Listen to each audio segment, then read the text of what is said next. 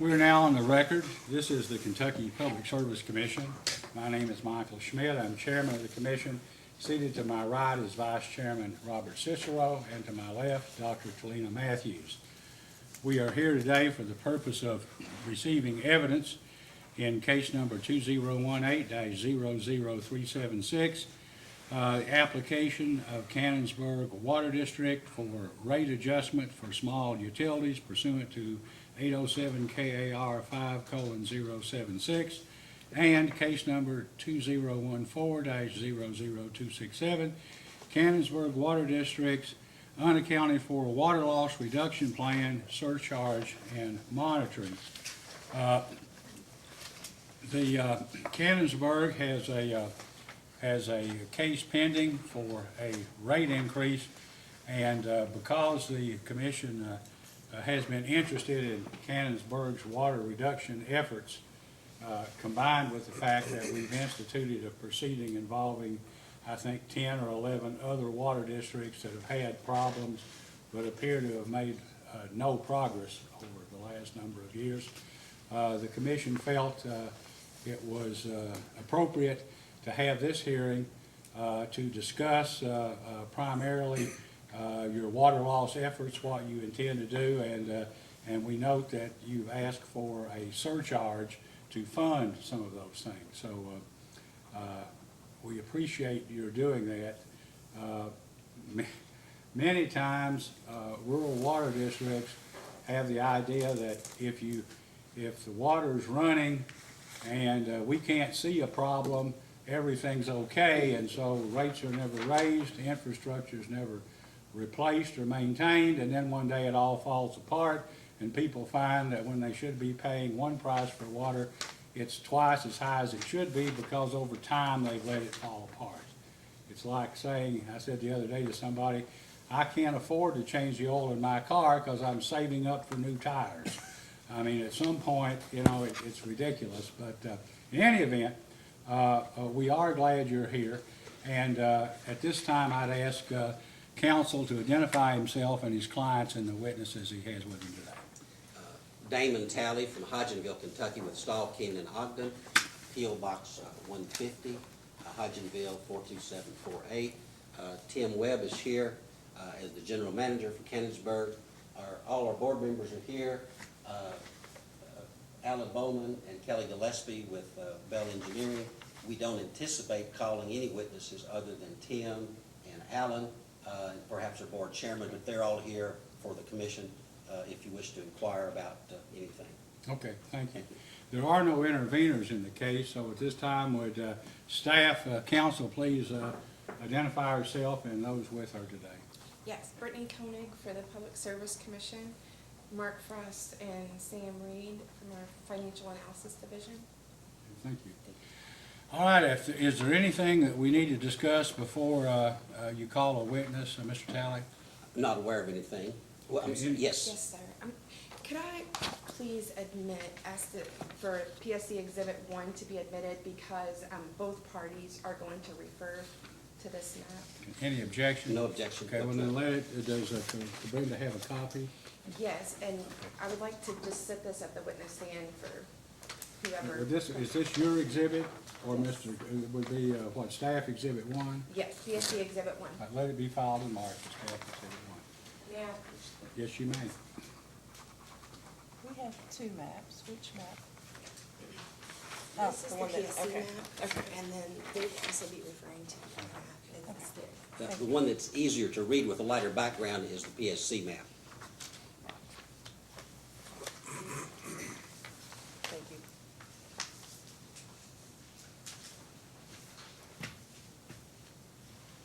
All right, Mr. Talley, you ready to call a witness? Yes, Tim Webb. Thank you.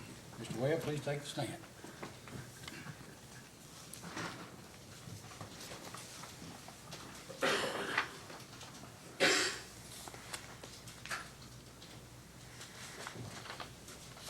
Please raise your right hand. You solemnly swear or affirm under penalty of perjury that the testimony you're about to give will be the truth, the whole truth, and nothing but the truth. Yes, sir. Please be seated. Mr. Talley, you may ask. May I call you Tim? Sure. States your full name and your business address. Timothy Webb, Cannonsburg Water District, 1606, Ashland, Kentucky, 41102. So Cannonsburg Water District is located, as an Ashland mailing address, huh? Yes. What is your title with Cannonsburg? General Manager. How long have you worked for Cannonsburg? Just 3 years and a few months. And so when's the first day you went to work there? January 4th, 2016. Now, let's go back to a little earlier in your career. What did you start out when you got out of high school? What did you start out Started in doing? pipeline excavation and installation, And what- water, sewer, gas. What lines, what kind of construction pipelines did you do Water, sewer, and gas, in the Boyd County area? all over the country. And then from there, where did you go?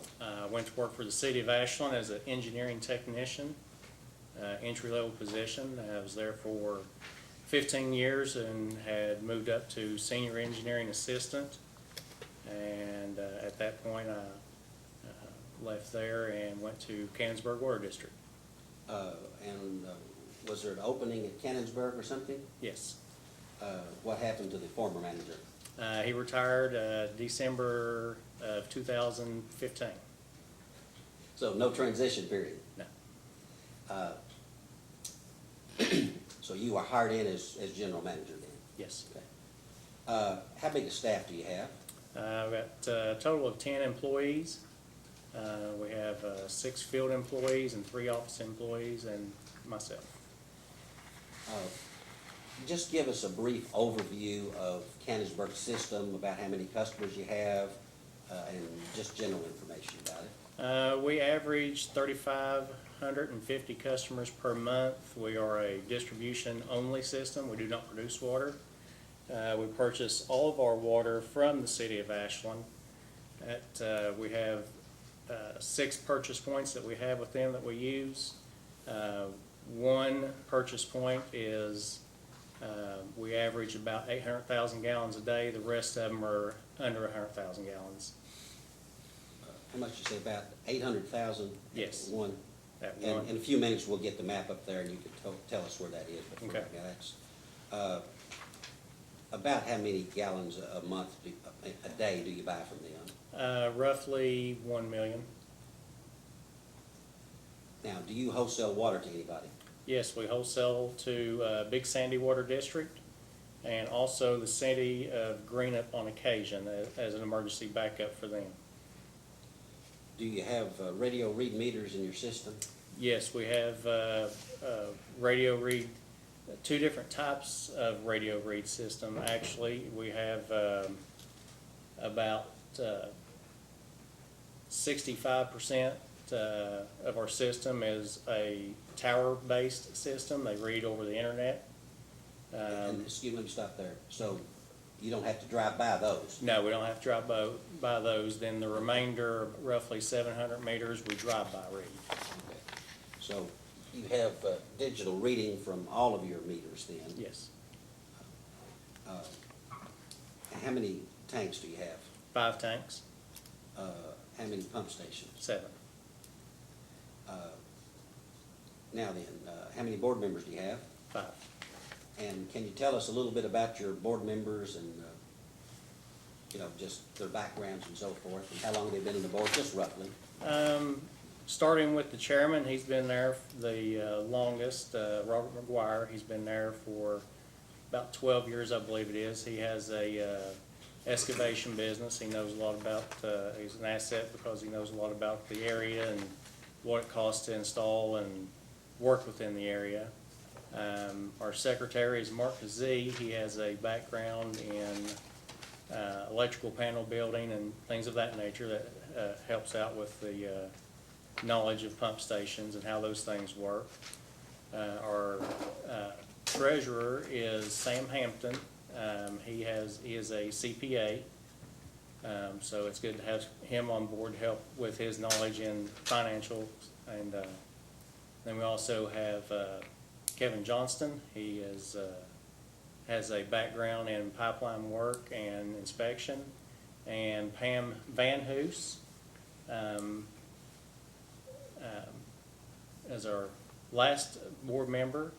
She has a background in nursing and education, and that's about it. Robert's been there 12. Kevin Johnston's term is up this year, and Sam and Mark have been there for 2 years, 2.5 years, and Pam has been there, you'll have to forgive me on, this is her second term. She's been reappointed last year. I'm sorry, how long has Pam been there? This is her second term, starting her second term, so she's been there for 5 years. Thank you. Okay, now, let's talk about why we're here. Cannonsburg, for better or worse, is known as a system that has been successful in obtaining a line loss surcharge to help combat its excessive water loss. I use the term line loss, I should say water loss, because it's not always from broken water lines, so it's my bad, water loss. Am I correct that the old surcharge was like $5.53 a month? Yes, sir, it's $5.53 a month, and I think that it had already ended when I had started there. I believe it ended in 2015. So that was my next question. So it was already finished by the time you got there? Mhm. Okay, it stopped collecting. Now, has Cannonsburg been filing monthly reports on your water loss with the PSC? Yes, we file 3 monthly reports pertaining specifically to those cases. One is a water loss report. The second report is a surcharge activity report. It's a report that states the balances for that surcharge account and if any action or use has been made to it. And the third report is an activity report that we update the Public Service Commission on what we've done for the prior month and sometimes what we anticipate to try to do with the coming months. Have you seen the Cannonsburg monthly water loss exhibit that we have pre-filed with the commission? Yes. Okay. May I approach you? Yes, you may. We'd like to, for identification purposes, that is Cannonsburg exhibit number 1 for identification.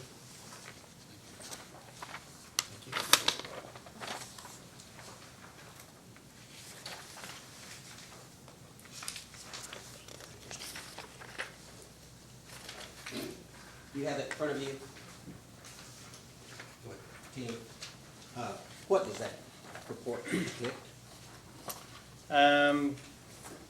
Starting in January 2017, we had roughly a 55% water loss, and this is a water loss throughout the months to January 19th, or January 2019, and that water loss is roughly 27%. Of course, it's obvious, I mean, well, what does this graph tell you just looking at it? It shows that we've had some reduction in our water loss. We've had spikes at times of increased loss.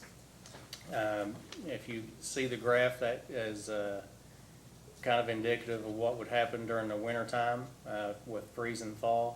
Now, when is your line loss affected by the cold weather? During freeze and thaw cycles, your service lines are more apt to rupture, and especially with the ground moving so much, sometimes that's referred to as ground creep, where the ground is moving.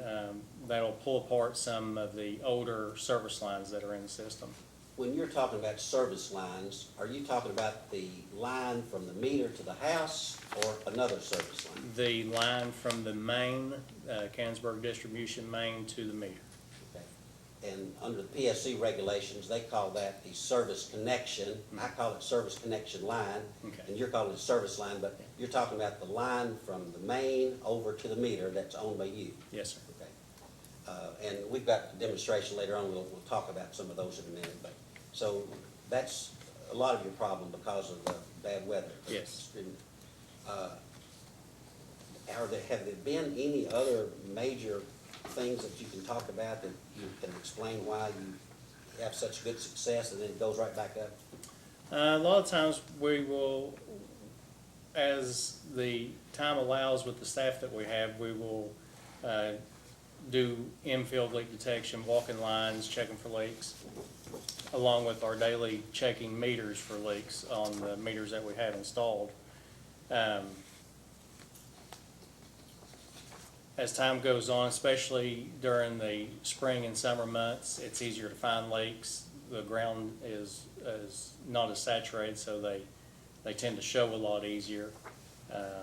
Wintertime, you also have a lot of ground saturation, so it's harder to find leaks, especially when ditch lines and those things of those nature hold water and the ground is just so wet to begin with.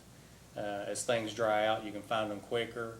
They're visually easier to see as the guys are out doing meter markings. We try to, throughout the year, also walk our lines and mark our meters on the road and in the yards. Now, let me ask you, stop you there. You used a term that I was not familiar with, meter marking. Now, what do you mean by that? We just paint the meter. Oh, and like we the paint, gas companies do? So Yeah. Okay. And we paint the road too. That way if someone's driving by, they can see where the meter's located at while they're in the road. Okay, and why is that helpful? Biggest reason is as not only us but other districts around the country switch over to radio read services, you're no longer in that meter pit every month. So they tend to have grass growing over them and things of that nature. So we try to keep them uncovered, painted, and painted on the road. That way we can, if someone's not familiar with the area, they can find that meter pretty quickly. Recently, I believe you filed your February 2019 monthly water loss report. Is that correct? Yes. May I approach the witness again? Yes, you may. I'm like to mark this for identification purposes, Cannonsburg Exhibit Number 2. This is the same February water loss report that was filed in the monitoring, water loss monitoring case a few days ago. Tim, what was your line loss for February? 26.3%. Is that a true number, or did you make up the numbers there to make it look better? That's a true number. I come with this number by what we bill through our billing system, and compared to what we purchase from the city of Ashland, and then we take our system flushing and line repairs that we've done for that month and include those numbers in there. Those numbers, system flushing comes from two different sources. One, you can do your typical routine flushing for water quality, and a second system flushing that is included in that is a DBP flushing that we are required to do by agreed order with the Division of Water for water quality twice a year. Okay, let's stop right there. So what kind of an agreed order are you under with the Division of Water right now? We were previously, up until I believe it was December, I may be wrong on that exact month, we were under agreed order for water quality for DBPs, TTHMs, HAAs, things of that nature. But we have completed 2 years of no violations for water quality issues for DBP, so we have now been released from that agreed order. We're still required to do the routine and the maintenance flushing through that to keep those water qualities down, but we have now been released from that order. Do you know what the cause of your disinfection byproduct high readings were? Water temperature and booster chlorination. We purchase water from the city of Ashland, and at times the TTHMs or trihalomethanes were already elevated at us, but the chlorine was still too low for us to distribute, so we had to booster chlorinate our system to feed chlorine to our areas. And booster chlorination and high water temperature are your two biggest causes of DVPs. I'm not sure if I asked you whether you're a certified operator or not. Are you Yes, I'm a Class 2 distribution? operator. I noticed from looking at these monthly water loss reports, for instance, this one, go down there on the line 15, other water used, from 15 down to 21. Yes. Your system flushing and fire department usage and what you use for your utility use is practically nothing. It's 0.3%. Yeah, it's pretty insignificant to the amount of water we use. Our fire department, Cannonsburg Fire Department, doesn't use a lot of water for their services, mostly just to refill a tanker truck every so often. System flushing, that'll fluctuate depending on if we've had a water line repair, we flush the system after a repair, or if we've been doing our routine flushing. So that, the flushing number is the only number that will change very significantly. The utility is what we use for ourselves in our office and shop, and also for water sampling.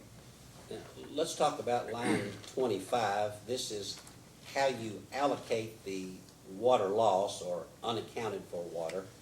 On the line breaks, to line 25 and line leaks 26. How do you arrive at those numbers there? 25 is the calculated water that we have lost for a leak or a water line break. Well, let's stop that. How do you, let's say you have a, you find a leak, or a customer tells you about a leak and you go out and fix it, you dig it up, and you find something that's a leak. Yes. How do you know how much water that leaked? Depends on the area. If it's an area that has a zone meter, I can see what the previous readings were for that meter and what the readings were at that time. Or if it is a crack in the line that has been discovered, we will use a distribution operator book that we all carry that will give you an idea of how to measure loss by length of crack, width of crack, and what your typical pressure is on that line.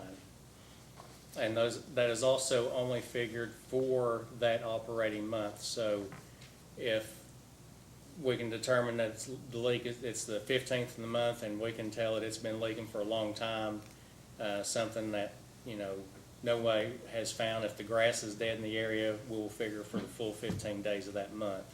If it's something somebody called in and just said, hey, you got a leak out here, we usually just figure that on that day only.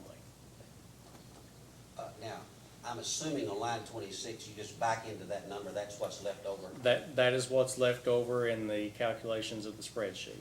So you're just assuming that all the other unaccounted for water is from a line leak somewhere? Yes.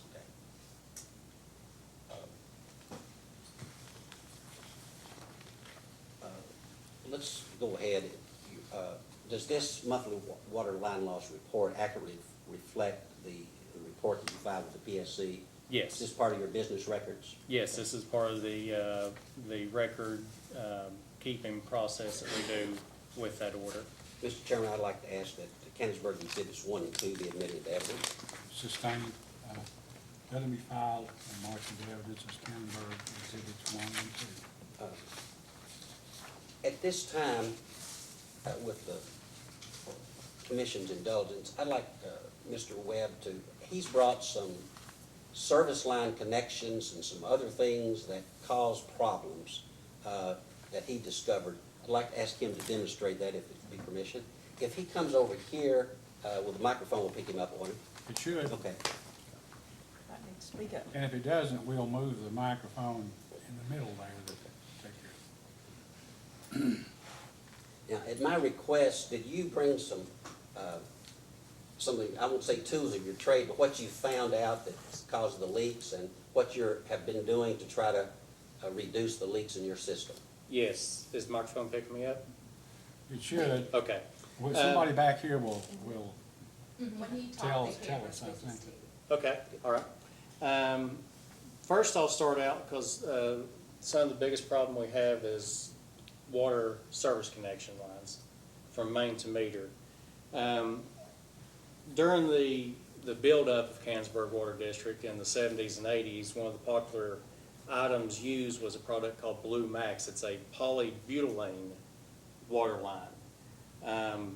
Until recently, I didn't know that there was actually some class action lawsuits because of the brittleness of this line breaking down. And I brought just a piece of it that we removed from our system that has two different cracks where we have been there twice to repair this line.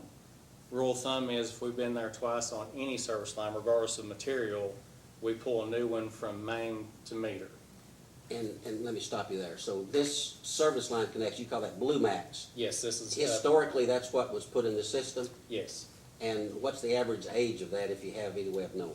Average age would probably be 30, 35 years. Now, is that, you use the same thing whether the meter is on the short side of the road or if you have to bore into the road to the other side? If it was a bore to the other side, we still use the same thing, but we'll use another larger piece of pipe as a casing pipe. Historically, did Cannonsburg do that, or did they just pull that under the road? This was just pulled under the road by contractors when it was all installed. No Most of it- casing? No casing. So when you have to replace it and it's under the road, you just cut it off at both ends, and how do you go about replacing it now? If it's underneath the road, we'll cut it off at both ends, and we have a cable line cutter that will feed a half-inch cable through the water line that has a cutter that's attached to it, and we pull it back through with a new line, a bigger line attached to it for a casing pipe, and then we'll feed our new service connection through that pipe. So now your standard practice is to use a casing pipe underneath the road for these service line connections? Yes. Now, do you have, you probably didn't bring that larger service line? No, I casing, didn't did you? bring a larger piece. What are you using now to replace the Blue Max? Before I'm you sorry. ask I'd like to Yes, ask a please. question. Is there, have you been able to establish, or in reading any literature or anything about class action lawsuits, been able to know what causes the splits or the cracks in the pipe? Is it like a rock impingement or use of a squeeze tool, or? Several different factors. After a few years, they noticed the class action suits, from what I've read, started in about 1995 with this product. Over time, from the chemical and the age of it, it'll start breaking down. So if you use a clamp tool, it'll usually crack it, so you got to put another fitting there. But just the pressure of the soil on it will break it down and crack it.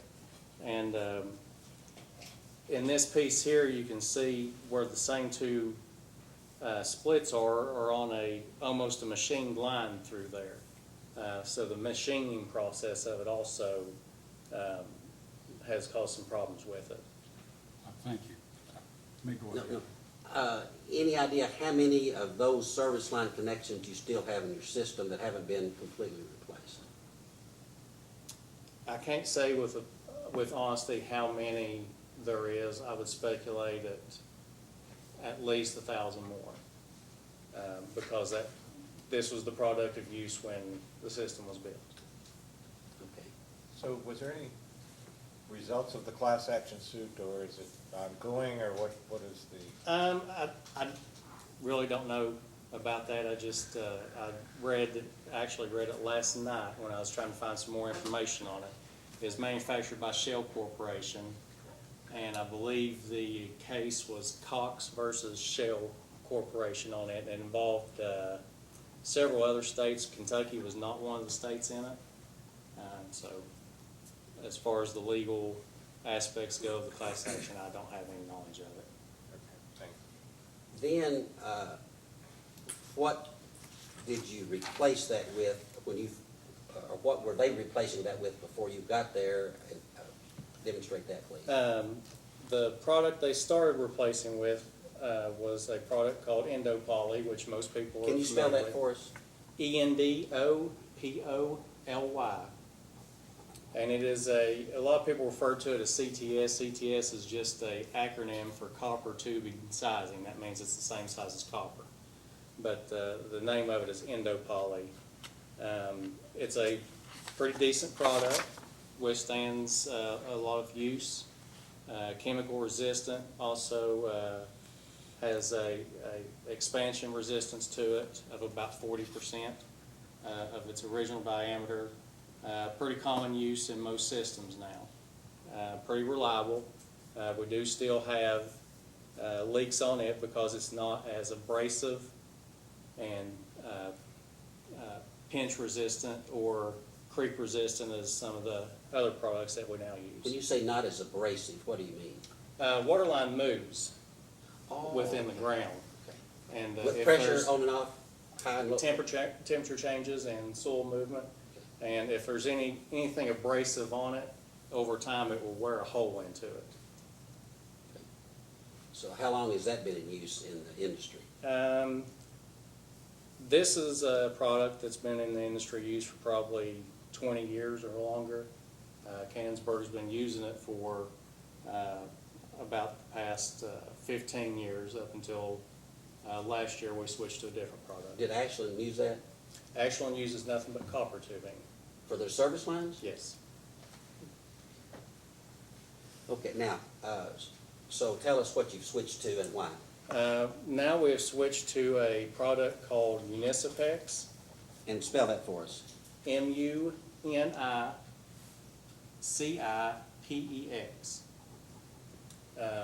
Municipex is a polyethylene pipe, the same as the black pipe.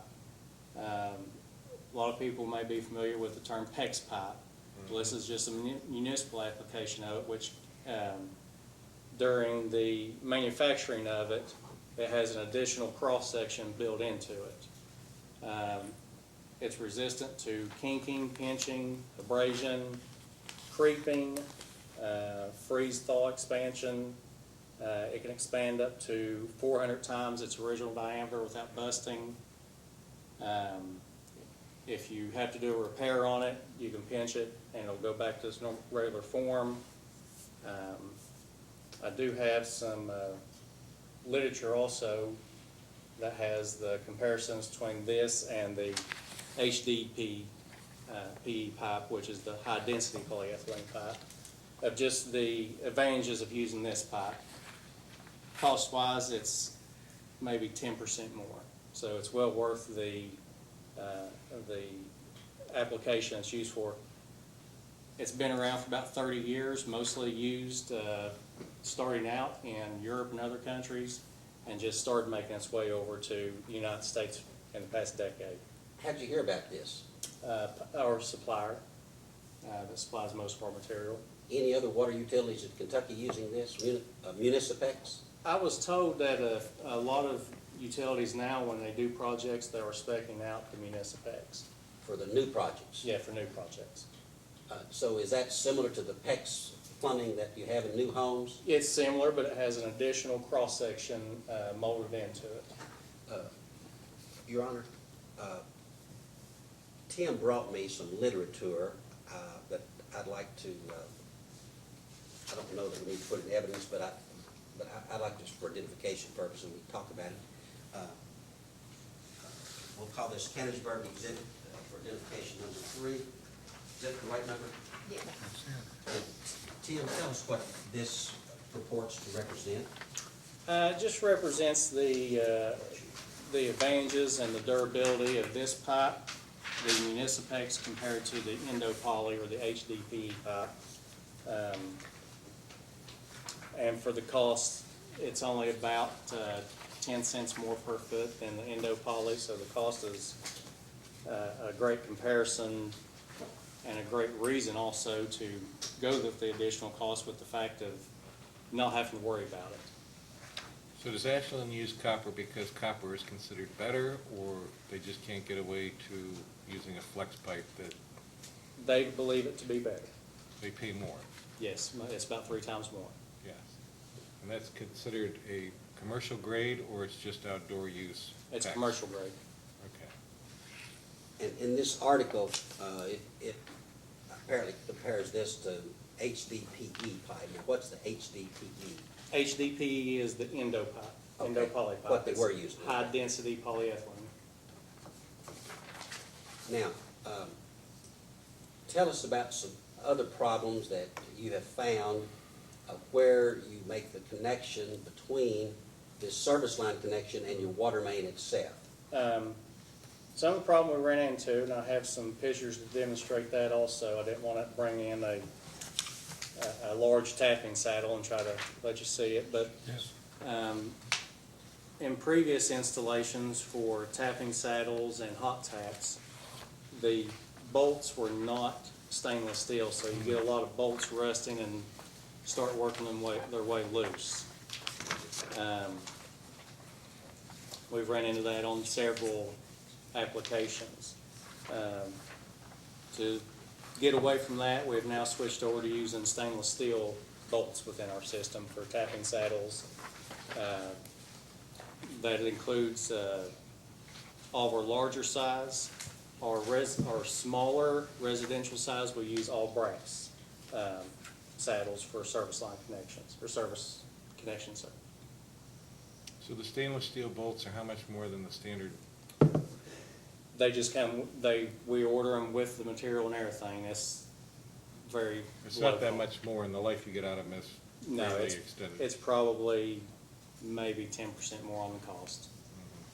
And do you treat or do anything on those bolts to try to combat the soil conditions? As another layer of protection, something we just started doing a couple of years ago is we use spray undercoating like they used to put on cars. We'll spray the bolts down with it after we've installed it, spray it, let it dry, then cover it back up, just to give another layer of protection. Mr. Chairman, I'd like to mark the photographs that I just distributed as Cannonsburg composite exhibit number 4. Now, you showed us on the first page, and then tell us what's on the second photograph here, because you need one. The first and second page both are large tapping saddles for hot taps. The third photo is a small saddle. This is what you would use for a service connection. Typically it has 2 U-bolts that wrap around the pipe, and as you can see on it, they have corroded and came off also. And when they corrode like this, does that cause a leak? Yes. Now, at the other end of this service line connection, how does it connect to the meter or the meter box? Connects to the meter box with a brass and copper setter and a compression fitting on the bottom of the setter. Those are made out of brass and copper. So now your standard practice, just take us from from the water main to the meter and connection by connection. So start at the water main. Starting at the water main, if it's a new service installation, we will use a new tapping saddle with the stainless steel bolts or a brass one depending on the size of the main. We'll do our hot tap, compression fitting with a corp stop on it, a corporation stop where you can shut it off at the main. What's that made of? Brass. And then we'll use our municipec piping to the meter, or actually to the meter setter, which is brass and copper. If it's an existing service that we discover has a leak, we'll dig up where the leak is, see what the pipe material is, and then we'll dig back to the main. If it's reasonably to dig to the main, unless it's under the road or something like that, or we can tell that there's dry soil conditions. If it appears to be wet, we'll dig back to the main further, see what the tapping saddle is, if it's in bad condition. Even if it's not leaking, we'll go ahead and replace it if it's in bad condition. Do any of the commissioners have any more questions of him about his show and tell right over here at this point? I think I'm good. Next, if you don't mind, while you're there, I think we'll go to the PSC exhibit number 1.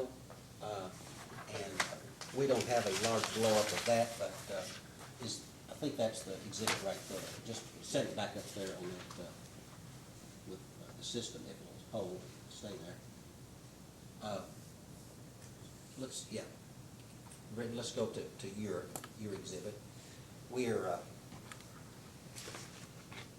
I've Meyer PSC staff and the IT folks here, they have produced a map, which, need a bigger copy of it, which purports to show some of the zones and other location of master meters and so forth. We did not prepare this, and apparently there's some differences in the system map that we had prepared and this map that was the Public Service Commission. So what we're trying to do, Tim, is to just walk us through your system and tell us what this map represents and any changes that you would make if you were redoing this. And, Mr. Chairman, I'm afraid to say that probably what we will offer as post-hearing is a better map that incorporates some of the features in this map and in our system map that we brought, that we didn't put all the features on there that we'd like to have. So Tim, just start and talk about where you buy water from Ashland and so forth, and just talk about this, the PSC map, and then after we finish that, we'll go to the map that we prepared, or Our main purchase point for the city of Ashland is almost dead center of the map right here. You can see where I'm pointing to here. It's labeled Ashland, it's a yellow dot. That's where the vast majority of all our flow okay, is. yeah, we, and, so repeat what you just said. Our main purchase point with the city of Ashland is about the center of the map there, yellow, represented by a yellow dot labeled Ashland. That's where most of our flow is purchased and goes through our system. The zoning that has been outlined on here was from a previous drawing submitted in 2014, I believe it was. I can't really say how they came up with the zoning at that time. That was pre-management and pre-engineers. But it doesn't represent how the system is actually zoned. Now, Tim, let me stop you there. How many zones, for the last few years, how many zones has Cannonsburg system been utilized? Typically, we have 10 zones. A couple of them are overlapped a little bit, so it doesn't really give a good breakdown of saying we have 10 dedicated zones to check. It's more like 8 dedicated zones that we can check. And is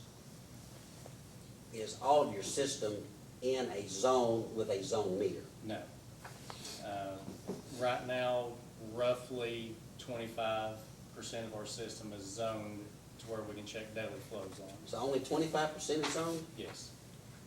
Some of that is due to the fact that it's difficult to zone a reverse flow line. A lot of our system, we don't have a dedicated transmission line within our systems. So any site that is fed from a pump station to a tank, once the pumps kick off, it's a last in, first out tank, so the water comes right back through the same line, so there's a lot of back and forth flow on those sections. Those are too difficult to try to monitor as an actual flow.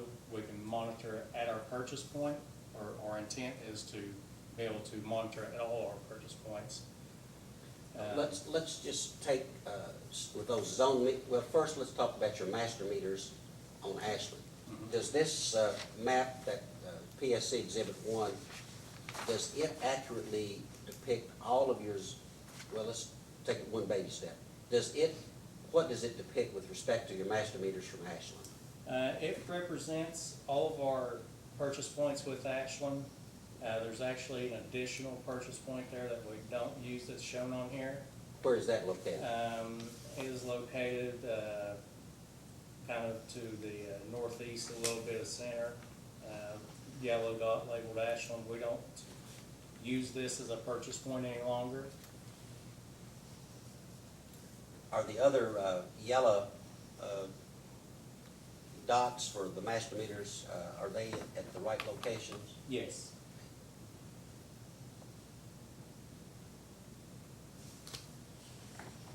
So if you were redrawing the map that they have, what changes would you make primarily, a big picture? Big picture would have to be to change how the area is actually zoned. If you will look at the red dots that are labeled with a number, beginning at the northwest area, label number 1, that area is zoned from that point north on just this one sectional line that feeds Grant.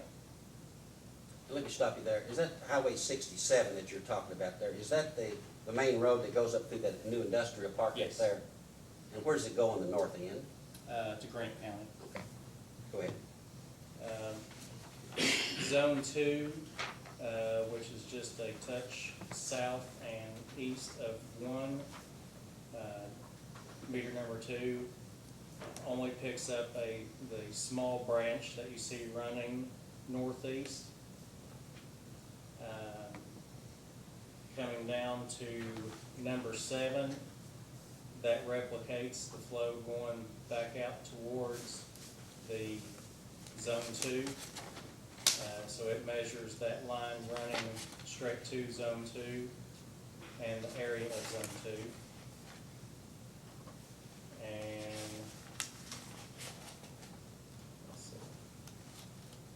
Moving towards the center of the map, zone 4, or meter number 4, it only monitors the small section just underneath that dot.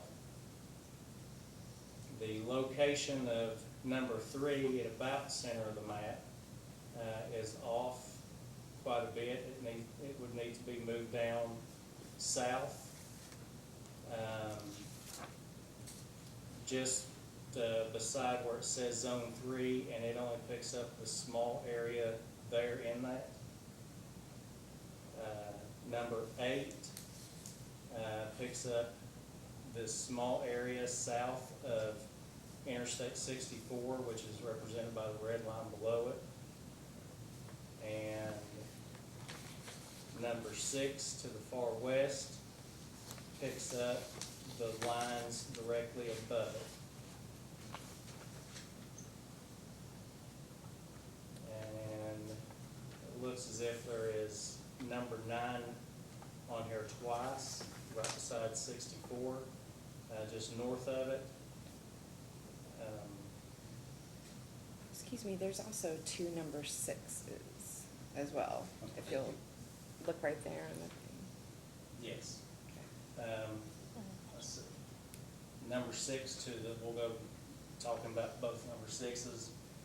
The one to the far west picks up the small area above it to the north.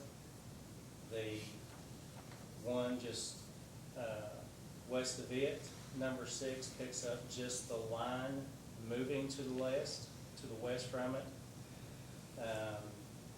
Just about to where it says zone 4, it stops monitoring there because the system feeds in a different direction. Number 9 to the west, just above Interstate 64, picks up just the small section underneath of it there. Number 9, just to the west of that one, picks up the line running to and through what's said where it is labeled zone 2, picks up that small line. There's another 9 on there as well. There's 3 9s and 3 6s. Or maybe the other 9 is proposed, it's pink. It's a bypass. It's a Pink bypass. Oh, the bypass. bypass meters. Okay. Now, tell us what the bypass meters do. The bypass meter is a 1-inch meter that they installed around valves where they can valve off, close the valve and see what kind of flow is going through that area. They're Has that been useful for you? in some areas, there's only 14 of them, so there's only 14 lines and small, mostly it's a mile or a half-mile long piece of line that it's monitoring. It's not monitoring an area that's real beneficial. Sometimes they do help. If we can narrow it down, going to that area, we can go there and either eliminate or see if it's in that area. Now, I noticed that on the lower, in the southeast corner of this, there's 2 master meters that say Big Sandy Water District, and it says master meters for selling. Are those, did you tell us about that? The two that are labeled side by side to the southeast, those were purchase points where we used to purchase water from Big Sandy Water District. We no longer purchase from them at any point. And if you go completely to the west of that, underneath Interstate 64, you'll see another dot labeled Big Sandy, and that is where we sell to Big Sandy Water District. And is that the only place you sell to Big Sandy? Yes. Now, is your master meter where you sell to City of Greenup on an emergency basis shown on the map? Yes, it's to the very far north, right at the edge of the drawing, labeled City of Greenup. That's where we sell to the City of Greenup. Anything else before we move to our system map, about this map that you want to point out? And No, I don't believe so. I just would like to draw the commission's attention to that it doesn't represent the proper zoning within our system. Brittany, do you want to make a comment about this now? Or? Are the two number 6s and the two number 9s, are those actual meters, or is that a mistake? Because you did refer to both. Those And that- are actual meters. Okay. I mean, is the problem that sometime 2014 or sometime whoever was responsible for operating the water district, Cannonsburg, furnished a map, but the map isn't accurate? I mean, is that what you're saying? Yes. Okay. Let's, do you have, take that down and get the system map that's been enlarged that you in conjunction with Bell Engineering have prepared. I'd like to pass out a smaller version of this. I believe it'd be 5. 5. That's what I have. Cannonsburg Exhibit 5 for identification purposes. This one. Yeah, this one may be a little easier to read, I'm not sure. It's the same one as. More colorful.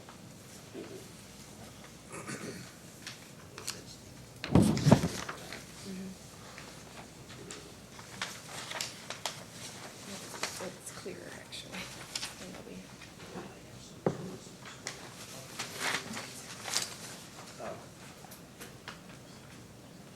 Before we start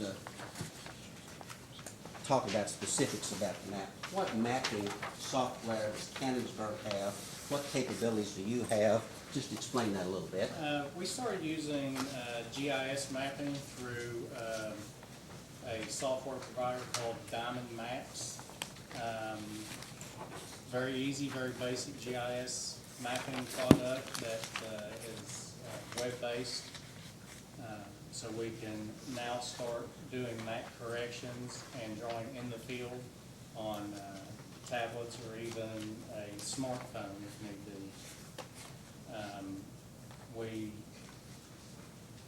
got most of our water line information from our area ad district, 5Co, and we're in the process of updating those lines, moving them in correct areas, things of that nature, getting the proper sizing on them. That way we can then start working on a hydraulic model of a system with the help of our engineers. Now, take this laser pointer, and if it will help you, or you could either use it as a pointer or you can use it to do that with. But now, let's go to simple things first. Let's start at along I-64 from the west and coming from Lexington, coming to your system there. And what's that first intersection at the extreme western side of the map there on I-64? This would be the State Route 67 Industrial Parkway exit off of I-64 that goes from Boyd Carter line north to Greenup County at US 23. And then continue along I-64 there to the next exit there. The next exit would be the Colton exit, exit 181. Is that for US 60? Yes, that is for US 60. Now, That is- now south of that, you follow that water line south, there's a yellow dot down there. What's that one? That is where we sell water to Big Sandy Water District. And now continue along east on I-64 to the next interchange. The next interchange is exit 185, that's the Cannonsburg exit. State Route 180. That will take you to, our office is just located right off of that. Now, do you serve much area south of I-64? No, if you look at the map south of Interstate 64, you can see that we have just a small footprint there. The rest is serviced by Big Sandy Water District. Now, let's go and finish up the master meters that where you buy, of course, you've told us where you sold it. Now, I guess where you sell to City of Greenup, is that on this map or is it off the map? It is just off the map to the north, probably about another half mile up from where the map ends there. Now, take us to your 6 locations from Ashland and whether all 6 of these are shown, and talk to us about which one is your main one where you get 80% of your water. Okay, we'll begin at the west side of the map. You And have just one point to small it, okay, area, good. one yellow dot there with one line that feeds a campground area that has 2 different campsites. We only have 3 service connections off of that purchase point. Just to the east and slightly north, we have 2 other purchase points. One feeds the State Route 67 Industrial Parkway area to City of Greenup.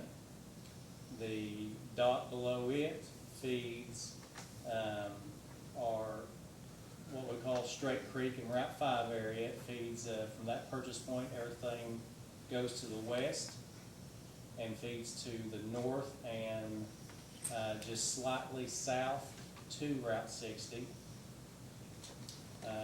Just to the west and slightly north of that area is one more purchase point that only feeds, there's only about 11 service connections there off of it.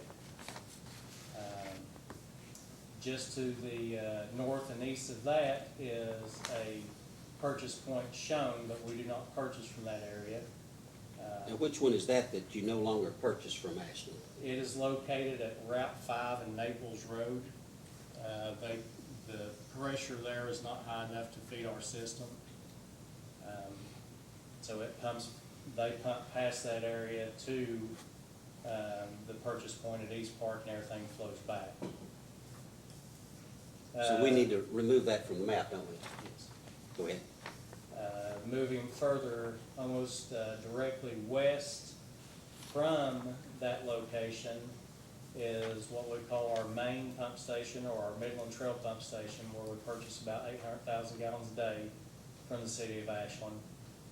It feeds everything directly south, west, and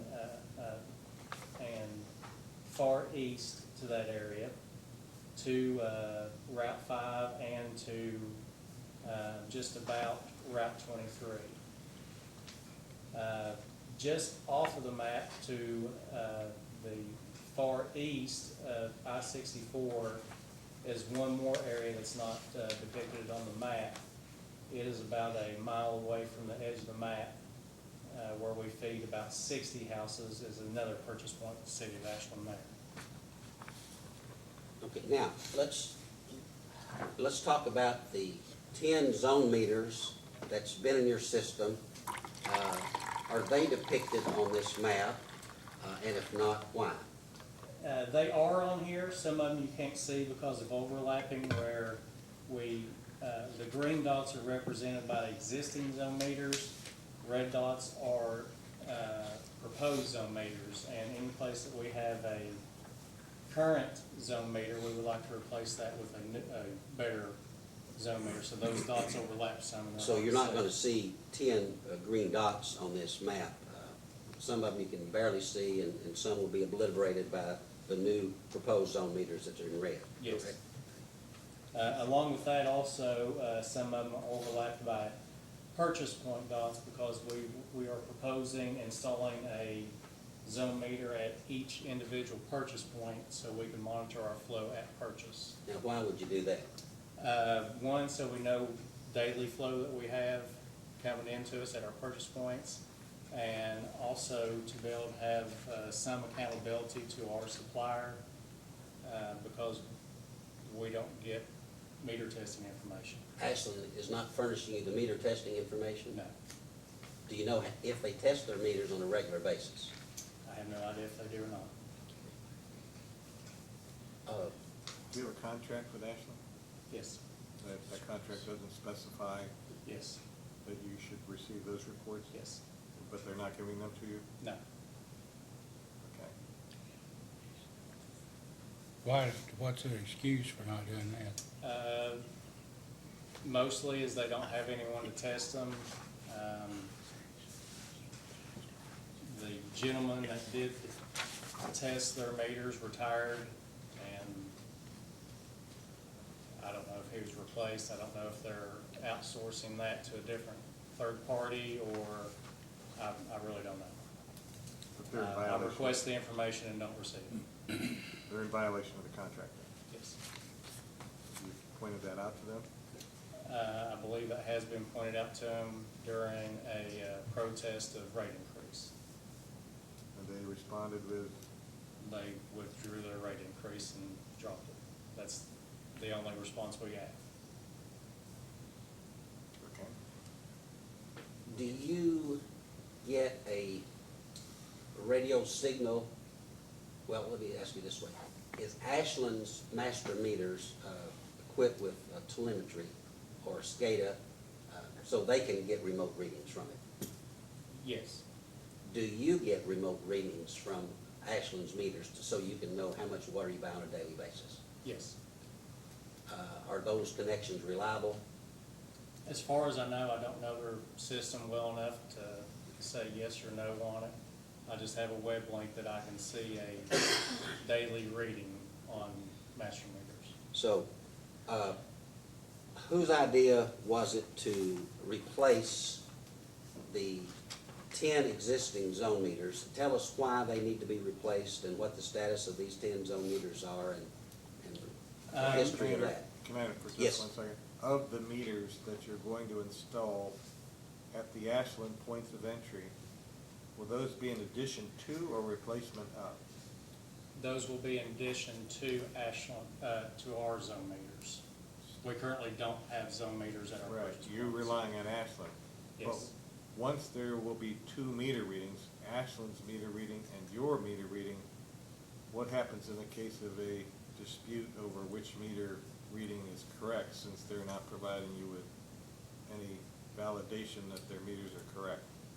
At that point, I would probably have my meters tested and have a testing report to provide to them, and then I would probably turn that over to Mr. Talley for But recommendation. your meters will be new if you put them in, and at that point, they would be validated from the install point to some point in the future, so they should be valid from the point of turn on, and then if there was a dispute, you're immediately gonna have a disagreement with your supplier. Yes. And what size meter are you proposing for where your main feed is from Ashland? It'd be a 6-inch. It's a 6-inch purchase meter. And I believe under the PSC regulations, those have to be tested annually. Yes. And What size does Ashland have now at that main point? 6-inch.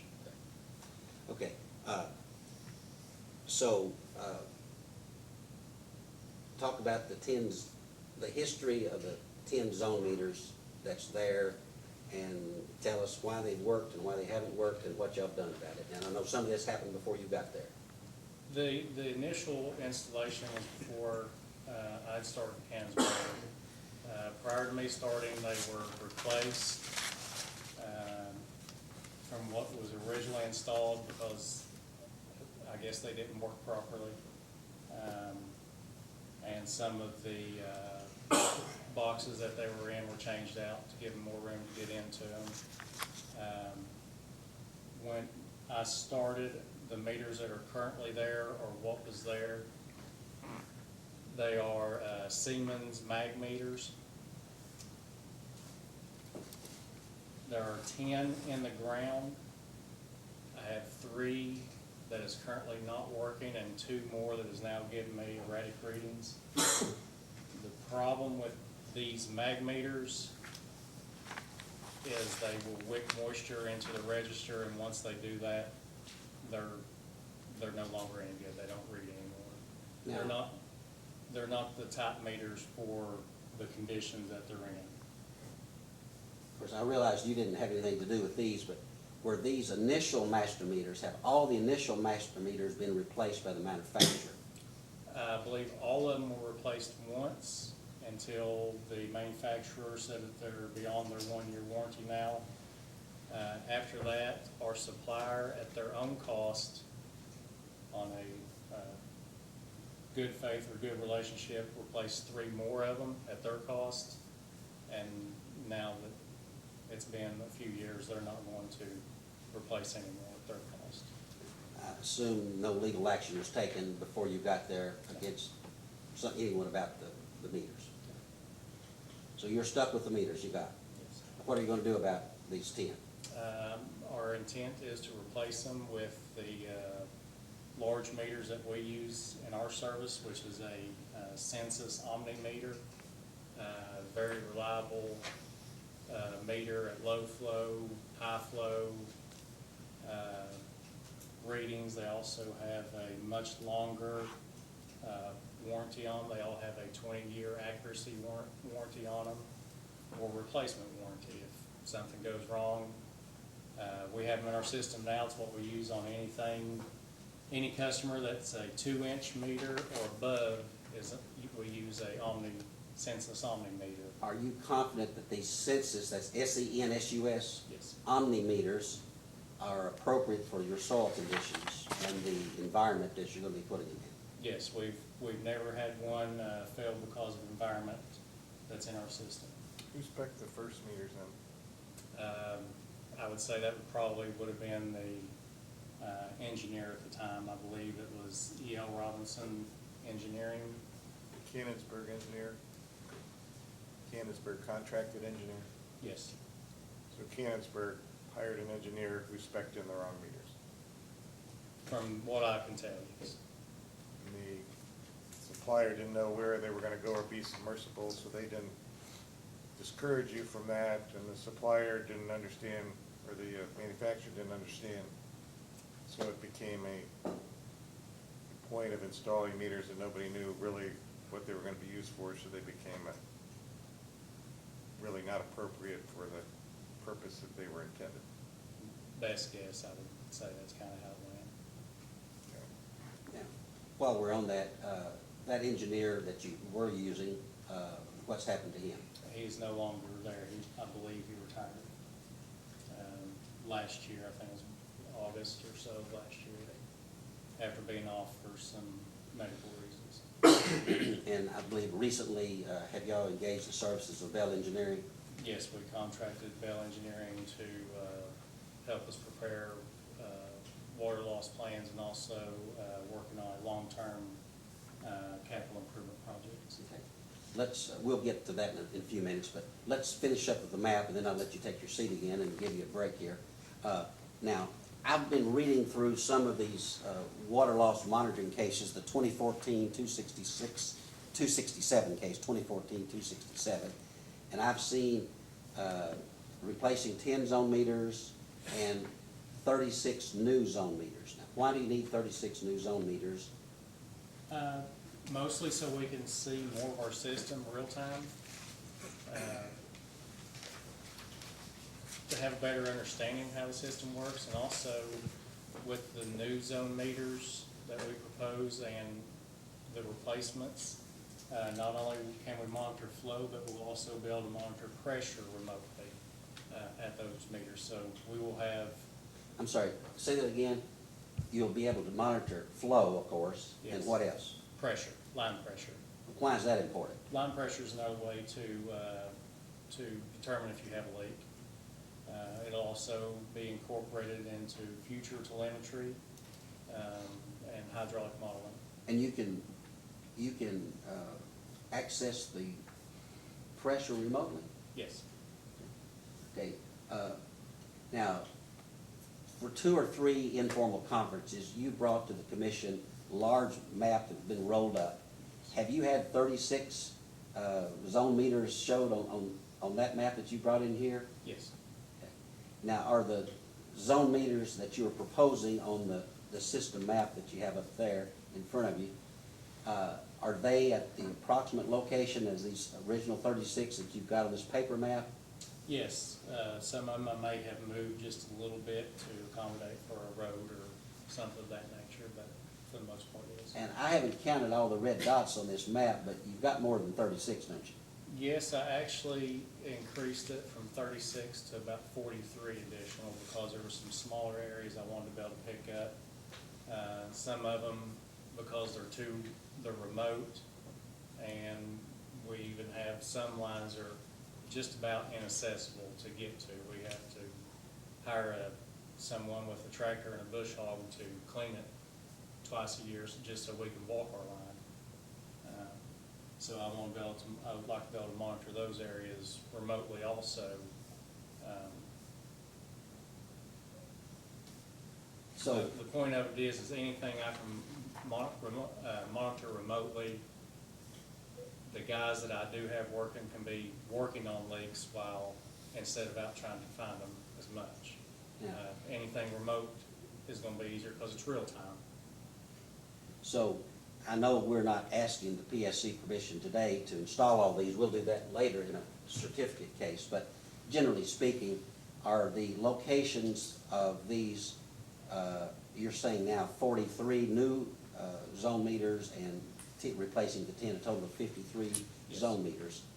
Was that your idea or is that Bell Engineering's idea? That was our idea from, that I'd gotten after learning the system more, being there longer, seeing how the system works, seeing where the flows go, usages, things of that nature. Is the map that you have in front of you there, it's got Bell Engineering's name on it and your name. Yes. Was the information on that map what you provided to Bell Engineering? Yes. Does that system map that's been identified as Cannonsburg, is it 5? 5 accurately and depict the portion of your system where you plan to put the zone meters? Yes. We move that this be admitted into evidence. Let it be admitted as Cannonsburg Exhibit 5, and let's just go ahead and introduce into evidence Cannonsburg Exhibits 3 and 4 as well. Thank you, I appreciate that. Now then, anything else about the map you want to point out before I let you take your seat? I don't believe so, just, I would like to point out, that with this, we're looking at picking up our higher flow areas and more densely populated areas that, currently isn't monitored. I'm assuming that a lot of these lines are dead-end lines. Yes, we have no grid or looped systems in our system. Is that because of the topography? Yes, and the locations, you, not been able to create a loop or a grid because there is no way of doing so. How are you going to handle this one big area now that's not zoned, where it's got the backflow and you know, it feeds, the pump kicks on and the water goes one way, fills the tank, then the pumps kick off and the water comes back out of the tank. How are you gonna handle that? That one will be the only one that we will have to rely on other devices such as leak correlating devices, portable flow monitors during flow, listening devices, and visual inspection. Okay. I think you can take your seat now.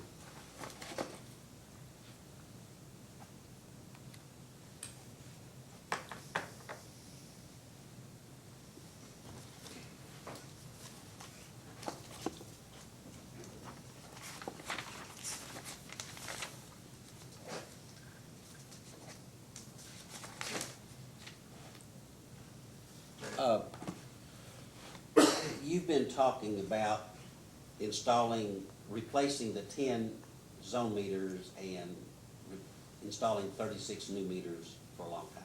Yes. Why hasn't that been done? Unfortunately, due to the, mostly the legal representation we had at the time, wasn't familiar with the, how things operated, how to have things filed. Some of the PSC, Yes. the lawyer you had was not a PSC lawyer. No. He didn't was do not. much work with the PSC. No. That delayed it a lot. He also had other obligations that took him away from us a lot of the time. That is why we ended up using Stahl and Keenan as our representation. Now, originally, were you planning to install these 10 plus 36, 46 meters with your own help, in-house? Originally, that's what we was going to try to do. Why were you going to do that? As a cost-saving measure. Stretch your dollars? Yeah, it's, half the cost to do it in-house it is to contract it out. But it was going to grow to be too much of an undertaking for our crews. If something else come out, new installations, leak repairs, work orders, line locates, we just wouldn't be able to dedicate a crew to this every day. Did you consider hiring maybe 1 or 2 new people just for this job? We had considered it, and we actually had hired additional people, but we also lost people. So it was basically just a wash, and trying to find qualified people is really difficult. Why, who's your competitor in hiring, and why do you have trouble? Ashland is a competitor because they pay, of course, they pay better wages, so naturally, a person's going to look to a better wage. But also finding people with experience that want to work, or people that don't have experience that want to work outside other than working at a store or something like that that pays pretty close to, what a water district is capable of paying.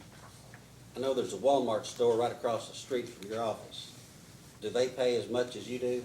Yes, they pay the same as us, and they're able to offer better benefits at a starting wage. In the last 2 or 3 weeks, have you engaged the services of Bell Engineering to help prepare an opinion of probable cost and Yes. start doing? And I'm assuming they have prepared an opinion of probable cost and done some preliminary engineering on what you've called your Phase 1 project. Yes. Mr. Chairman, I'd like to distribute Cannonsburg Exhibit Number 6 for identification purposes.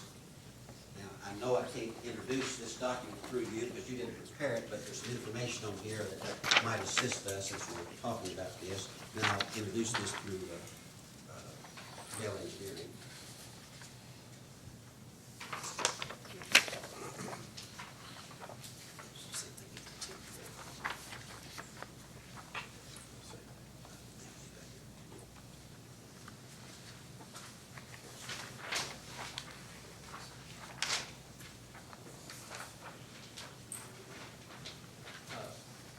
In this, it talks about your Phase 1 project. Can you just talk about the Phase 1 project, please?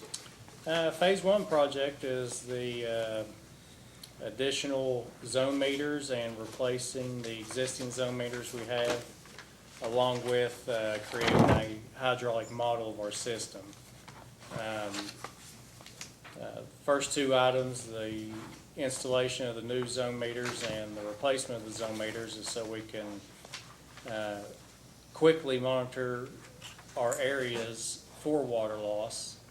And the hydraulic model is, one, because our system has never been modeled. It's an important key to any development of a system, and also helping us understand flows and pressures to better monitor our system. Now, I noticed on the zone metering, Phase 1, you have down replacing installing 36 new ones and replacing the 10. And earlier you were talking about increasing that 36 number up to 43, is that correct? Yes. And that's something that, as you prepared for this hearing, I assume that you've been fine tuning this, but that's not reflected, the higher cost is not reflected in this, is it? No, it is not. Okay. So, what is the Bell Engineers' opinion of probable cost for the 36 plus 10 meters plus the other work that you're talking about here? Phase one probable, opinion of probable cost is $987,000. And of course, it'd be a little bit more than that if you decide to go ahead and do these other meters that you've talked about. Yes, it would. It most likely would not be much more because I've looked at changing some meter sizes. The meters that we'll be using have a extremely high flow rate read on accuracy, and pressure loss is low on them, so we can change our meter sizing. That'll help out in some of the cost on that. Now, I know the phase two is in the future, but generally speaking, what do you hope to accomplish with the phase two project down the road? Phase two, we would like to begin replacing a lot of our service line connections from main to meter because of what we discussed earlier with our products. Finishing out installing the residential meters that we use in our system are an iPearl meter. They have an extremely low flow rate, readability on them. Now, explain what you mean with that. They read every drop. Okay. So if somebody has just a little small leak on their side of the meter, Yes. currently it's not measured. And some of the older Census SR2 meters, they don't have as good a low flow rate read on them. We have installed a couple thousand through our system, and there's been a lot of homeowners replacing water lines from meter to their house because they find out that they have leaks. You mean, when you replace the meter, their bill goes up, Yes, and then they realize that they have a leak, they've had a leak all along? yes. And you say you got about 500, how many more do you have of meters that you want to replace with the iPearls? Roughly 500. What other challenges do you have in your system as far as water mains or anything like that? We have some water mains that are ductile iron and cast iron. What's wrong with that? The acidity in the soils in our area are really rough on that type of material, especially the ductile iron. The ductile iron lifespan in our area is only a few years. We have not only us, but other districts in the area, anything that's ductile iron is where you're going to make some repairs at. Do you have any asbestos cement pipe in your system? Yes, we have roughly 20 miles of asbestos cement or transite pipe in our system that, for obvious reasons, also would need to be replaced at some point in time. But I don't think you identified that in the phase two project, have you? No, that'll come into more in the long-term capital improvement projects. So you really haven't established a capital priority budget yet? No, that's what we're going to be working on in the coming months with our engineers. How did you decide that at least phase two of this, I understand phase one, but how did you decide that phase two was a priority without really having a total budget for capital improvement? How did you prioritize this over anything else? Phase two comes with also trying to eliminate water loss because of the meters and the service line connections.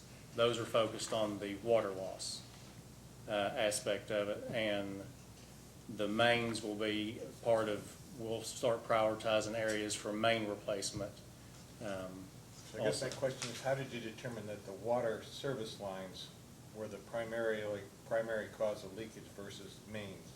The vast majority of repairs we do are service lines. Roughly 25 out of every 30 repairs we do is a service line, as opposed to a main line. So based on that sample population, you just determined that that would be the next area to attack, but you still haven't done your, and you've been there since 2016, and the master meters that were installed were before you, and I think at that time the commission asked for a long-term capital plan, but it's still, that's still not completed yet. No. What's the date for completion on that?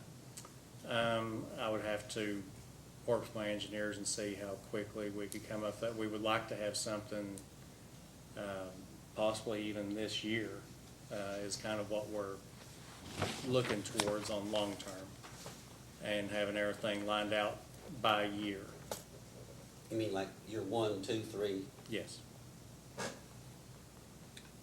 And you're in for additional monies for your surcharge, but you don't know really how long that'll extend, because you still don't know what your total budget will be since it's not developed yet. I presume that you're looking for this surcharge to continue to fund these projects going Yes. forward. So you really don't know how long forward you're gonna go, because you don't have a finalized plan yet. Yeah, right now we have a short-term idea of what's going to happen, and we'll be working on our long-term and how we plan on funding that at that point. And in our motion, if I could follow up on that, we've put it for a minimum of 4 years, because we realize that to do phase 4, to phase 1, that the money that will be generated in the next 4 years would finance the balance of that we don't have, and we'll get into that in a few minutes. Yeah, And then, staff has some questions on that too. okay, good, and then we would expect that we would have to earn the right to request, we have to spend this money wisely and then earn the right to extend that into the future if we come up with a capital plan and other needs and so forth. So, I understand you've got, how much money do you have in your surcharge account right now? About 520,000. And phase 1's gonna cost close to $1 million, give or Yes. take. How are you gonna come up with the other $500,000 to do phase 1? We proposed a surcharge on, flat fee surcharge on customer accounts of $4. That revenue would help pay for and cover the cost of the remainder $500,000 or $600,000 through a KIA loan, financed for about 4 years. Let me stop you there just a second. If you could, I'd like to pass out Cannonsburg Exhibit Number 7 for identification. And can you tell us what that document is? It's a resolution proposing the monthly surcharge on customer accounts. When was this adopted? It was adopted April 17th. Is that your regular board meeting for this month? Yes. Was there a lot of discussion at the meeting about how much the surcharge should be? Yes, we discussed at length what it should be, because we also have the rate study, rate increase of, that's going to be changing the amount customers pay on their bill by percentage. Discussion is trying to keep it as low as we can for the sake of the customers, but still be able to raise funds to do more water loss elimination within the system. And we felt that the $4 per month would keep the average bill still under $50, which we believe would be achievable to our customers. Is the resolution that number 2019-0401, which has been marked for identification purposes as Cannonsburg Exhibit Number 7, is that a true and accurate copy of the resolution which was adopted at the meeting on April 17? Yes. I'd like to ask this be admitted into evidence. Sustained, let it be admitted as Cannonsburg Exhibit 7. Now, have you done the math to determine approximately how much $4 a month per meter would generate per year? Approximately $170,000 a year. Your figure agrees with mine. Mr. Chairman, I have a chart that I'd like to distribute. I'm not going to offer it in evidence because I generated this and prepared this, but I think it will help us just in discussing things and pre-filing. We'll just do this for identification as Exhibit Number 8, but I do not propose to enter evidence.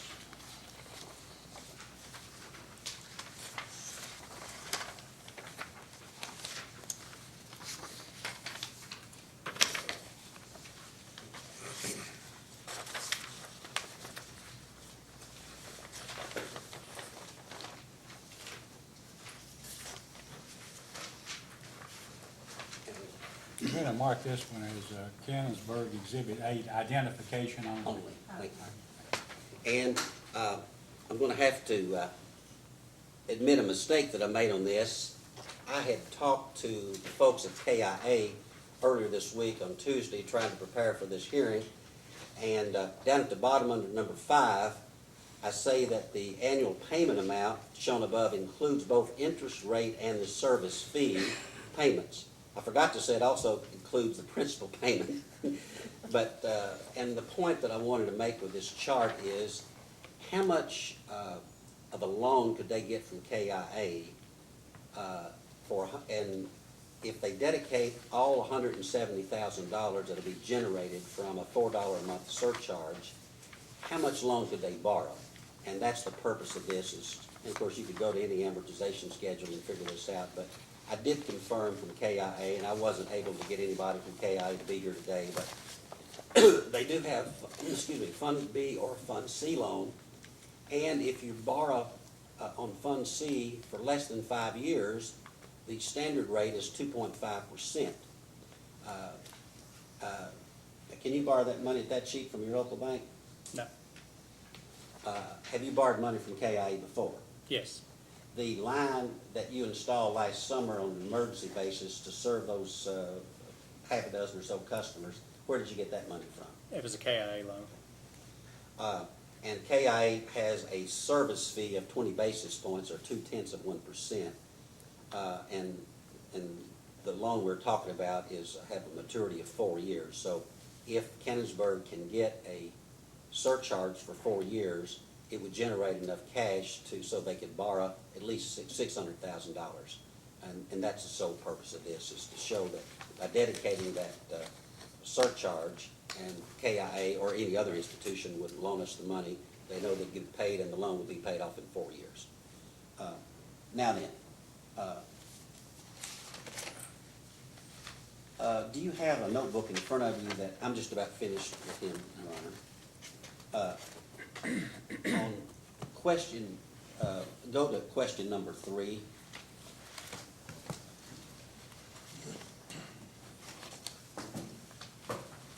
And I'm referring to the information request. I guess it's the third information request that the PSC promulgated in this case. And those were filed with the commission, I believe, a week ago today. Now, when you answered question number 3, can you just read the question number 3 for us there? Question number 3 says, Cannonsburg does not have a written I'm water sorry, loss. just read the question Okay. first. State whether Cannonsburg District has completed a water loss detection plan. A, if the Well, answer. you can skip that. Okay. Now, your answer, you don't have to read all the answer, but basically, what was your answer? Do you have one or not? We don't have one that's actually a detection plan. I know that there was one submitted, but it was basically a standard operating procedure for any water district and not a a leak detection plan. So when you were answering that, were you aware that Cannonsburg had previously submitted, before you got there, a leak detection plan? No, I wasn't aware of it. And since then, have you learned about that? Yes. And have you seen a portion of that plan, or you found it somewhere there in the office? Yeah, I found got a portion of it. And is it accurate? Is it appropriate for what you do? I don't believe it to be a detection plan. I'd believe it to be a operation plan that that anyone would be doing anyway, regardless. Well, do you have a formal written plan now yourself? Or how do you go about detecting leaks? We do leak detection through, we don't have a written plan, but we do leak detection through checking flow meters every morning, walking lines, customer complaints or reports, using correlating devices, listening devices, portable flow monitors. And we do this as we have time. We do not have a dedicated staff for this. This is only as we have time throughout the daily operations to be able to do so. Now, turn to question number 4. In the same response to the data request, just read the question. State whether Cannonsburg District has completed a comprehensive, unaccounted for water loss reduction plan. And how did you answer this? No, we do not. Now, I realize you don't have a formal plan, or if one has been filed, you're not aware of it, correct? No. Now, but what is your plan for reducing your water loss? What we have talked about here today, and that's the zone meters, replacement of zone meters, installing new zone meters, eventually replacing more residential meters and also service line connections, and then looking at the hydraulic model once completed, and able to monitor more pressures also. The monthly water loss reports that you file with the PSC each month, who prepares those? I do. What happens after you prepare that report and turn it into the PSC?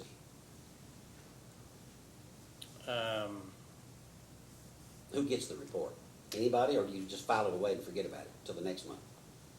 I send to PSC and also have a monthly water loss report that's more detailed that I present to our commissioners every commission meeting. So, since you've been there, have you given the commissioners a monthly water loss report for their regular monthly board meetings? Yes. Before you were there, was that happening? I'm not sure if it was or not, but I know the financial part was not included on anything. When you say the financial report, I've seen in some of the information that you filed with the PSC in one of these responses, there was a similar form to the PSC form. Is that what you're talking about? Yes, it has a gallons per minute loss and a cost of what we pay for our water and what that cost equals in line loss. And is that the report that you give to your commissioners? Yes. So they see something each month that says our line loss was 30%, and the cost of that excess water that we had to buy was $20,000, $30,000, $40,000, whatever it was? Yes. What do they say when you see that? We discuss ways to continually try to reduce that. Let's talk about your board members. You've talked about the composition of the board members. Do you have the board's support? Yes. What do they say? What's their goal on the line loss? Our goal is to exceed the standard of 15%. We want to be well below that. Ambitious. Yes, sir. Do you think you'll get there? Yes, sir. Do you think this new zone meters you're talking about will help you get there? I believe it will. During the last 6 months, have you had any just big breakthrough moment where you've found a big leak that you've been wondering where it was all these years? Anything like that's happened? Nothing that is a huge leak that could be defined as a 2 or 3% drop at one time. It's accumulation of leak repairs. Do you find when you fix a leak at one place that another one pops up? At times we do. Especially if we have to down a main line or backfeed from a different direction that might change the pressures even slightly, we'll at times have another service line 2 houses up go out. Anything else you want to tell the commissioners that I haven't asked you about your line loss reduction efforts? Just that I think we've been pretty limited on how the current zone meters operate, but the ones that have operated well, we have been able to show that they do work, and we have been able to use them to lower our water loss. That's all the questions I have. Why don't we take a break until 5 till 11 and come back? Would that be okay? Thank you. All right. We'll be in recess until like 10:55. We're now back on the record. As I understand it, Mr. Talley, you may have a couple more questions or so for your witness? Yes, I appreciate it, Mr. Chairman. I forgot to ask you the most important question. Let's put this surcharge aside for a bit. Does Cannonsburg need this rate increase? Yes. And how badly do you need it? Pretty badly. Things run pretty tight at times, so yeah, we need it pretty badly for normal operations and replacement and repairs and stuff like that. Are you asking the PSC to grant the relief that the rates that the staff report recommended as quickly as possible? Yes, sir. Thank you. Ms. Koenig, cross-examination. Thank you. Hi, Mr. Webb, how are you? Good. How are you? Doing fine. I know you from the informal conferences, so I know you have a lot of good information. I'm just gonna confirm some of the things that you testified to this morning, and you were hired in 2016, correct? Yes. Okay, so, at the time you were hired, were you aware that you're still under, PSC orders that were ongoing? Not at the time I was hired. It took a little while to figure out what we was under orders with, and with the PSC and Division Water also. I don't want to leave Division Water out because they're a key component to everything. Okay. Do you know when you became aware of the orders, or?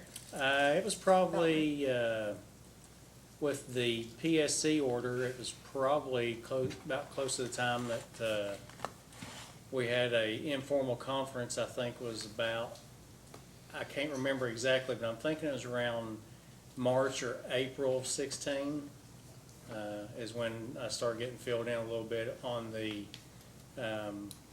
with that one. Okay. So I would like to go over a timeline then to bring us up to where you were hired. And I understand that you might not be clear on all the details, but if you would agree, subject to check, everything I'm referencing is in the record. Okay. And I'll reference case numbers and dates so they could be confirmed. But if you have any, objection or disagreement to the characterization of anything I'm saying, please do so. Object. But earlier you testified to the map that's on the screen, Public Service Commission Exhibit 1. Yes. Okay. That map was created by PSC staff from documents and plans filed in case number 2011-217.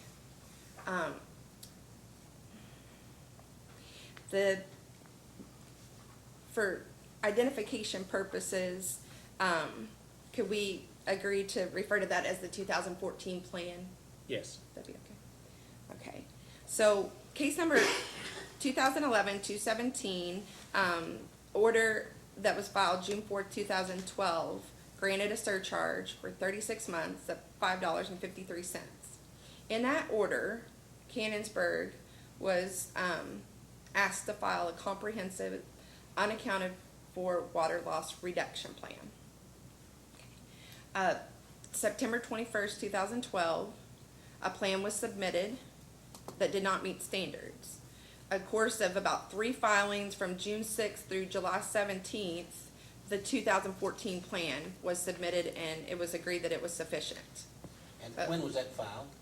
Or So approved? June 6th, 2014 was the first filing on that, then June 25th, 2014, then July 17th, 2014.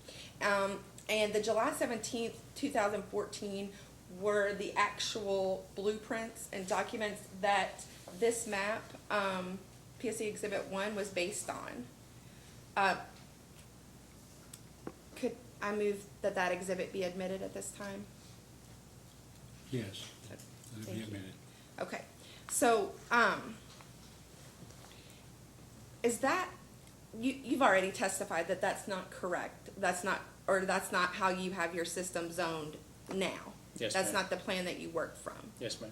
Okay, so, that is the only plan that we have filed in the record, so could I ask for a post-hearing data request that you file the plan that you're working from, that's zoned and has the correct meters? Yes. Okay. Are you talking about like a map that shows the? Well, so you referred to the map that Mr. Webb brought to all of the informal conferences. He used to explain to staff the plans that he had for, the work that he was doing, the meter replacement, the service lines, leak detection. Whatever plan you're working from, that's where you said you had the 36 replacement, or I'm sorry, 36 new, 10 replacement. That has been at least 2 years coming to the ICs, right? Yes. Okay, and so whatever is the most updated plan, we would like that on file so the PSC could reference that. Okay. Understood. Thank you. Okay, but referring to this map, and like I said, I understand that you don't know, exactly what was filed, but, it can be subject to check. The 2014 plan was filed by E.L. Robinson Engineering, and the engineer was Paul Ambergy. So you confirmed that he stayed Cannonsburg's consulting attorney up until last fall, right? He was. Or he not worked- attorney, engineer, I'm sorry. Yes, engineering, but, we never consulted on, this plan. The only thing he was working on, from the time I started there till he left was a plan for the Department of Transportation, utility relocation project. Okay, so. He was no longer being, paid for, work with this. Okay, so he was the engineer on the 2014 plan that zoned it, Yes. and like you said earlier, it only zoned 21% to 25% of Yeah, your somewhere in that system. area. Okay. And you said that was due to terrain and not being able to zone, or you don't know why? I don't know why. I don't know how the engineers at the time came up with the zoning that they did. Okay. So in the July 17th, 2014 filing, the plan was filed and the language read that it was a sufficient water loss detection plan to enable Cannonsburg to gather necessary information for a comprehensive, unaccounted for water loss reduction plan. So that came back again. And, this is just, we're going through the timeline in the interest of trying to find out, you know, what we need to move forward and not trying to point out every, failing of the system, and I understand that you weren't there at the time, but, there were some things missed, would you agree? Yes. Okay, and, I mean, whoever was responsible of the party at this point is not necessarily, relevant, but we want to point it out so that we can learn from it. Everybody Yes. can learn from it, the commission, everybody. So, okay, so in August 7th, 2014, this case was opened up, and the opening order from 2014-267, the PSC approved the water loss detection plan, which was the 2014 plan. So the commission approved the plan that only zoned 21 to 25% of the system. It included installing 10 zone meters, 14 bypass meters. It required monthly reports. And initially, there were problems filing the reports. We couldn't get information about the defective meters that were installed by CI Thornburg. But for the record, has there ever been an issue filing monthly reports since you've been general manager? None that I'm aware of. I think that's accurate as well. But December 12th, 2014 order, the commission compelled Cannonsburg to file the required monthly reports and report on the status of the meter installation. And again, asked for the comprehensive unaccounted for water loss reduction plan because Cannonsburg had not provided it. January 6, 2015, the Cannonsburg manager at the time gave a report on the installation of the meters and said they were installed November 14th. 10 new meters were installed. So is your current supplier CI Thornburg? Yes. Okay, and from as much as you're aware, CI Thornburg was the supplier for these defective meters. As far as I know. Okay. Have they ever explained, I know that there were some theories thrown around about why the first set of meters were defective, but has CI Thornburg ever come out and made a statement about exactly what happened or taken any responsibility? Like, No, who they haven't. said it was okay? Was it the Paul Ambergy? Was it CI Thornburg? Was it Cannonsburg? I don't know that. Okay. Okay, so March 23rd, 2015, staff filed a second data request, and Cannonsburg filed responses on March 23rd, 2015, told the commission the meters installed in November 2014 were defective, and that Cannonsburg found out in early January 2015 that they were defective and they wouldn't be replaced until April 2015, but that CI Thornburg was going to replace them. Is that correct, as far as you know? As far as I know. Subject to check, okay. April 13th, 2015, PSC filed an order. It compelled Cannonsburg to comply with the orders of August 2014 and December 2014. It denied a motion for extension and clarified, again, the PSC should be notified within 5 days of installation. Cannonsburg should be reading the replacement meters during reading cycle immediately following their installation. And it also brought up the monthly reports, clarified that it should be a surcharge report, water loss report, and again, a report on the comprehensive unaccounted for water loss reduction plan. And just to clarify, the comprehensive unaccounted for water loss reduction plan is different than the water loss detection plan, correct? The comprehensive water loss reduction plan is different than the leak detection plan, correct?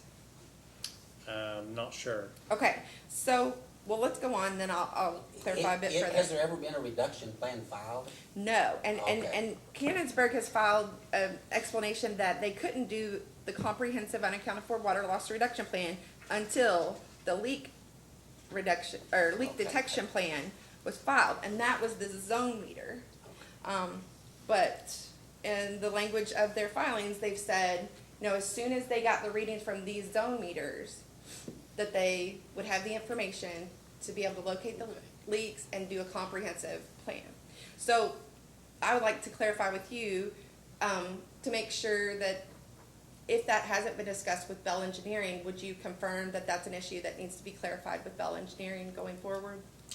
Yes, that will be addressed with Bell Engineering, and we'll probably, I'm not sure if we'll address it in the same manner as looking at the 10 zone meters, then addressing it. I believe the plan we're working on is gonna be more detailed and, especially with the hydraulic modeling and, understanding the system better and knowing the system better than just the 10 zone meters. Okay, and so just to jump off the timeline for a minute while you're speaking to that, Mr. Talley pointed out your answers to staff's data requests,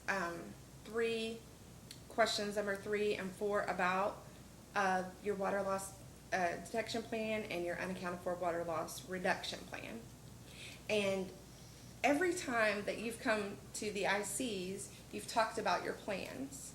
And you just testified that you had a leak detection plan, that you walked the lines, that you used equipment, and you walked through it. Could you commit to writing that down into a formal plan?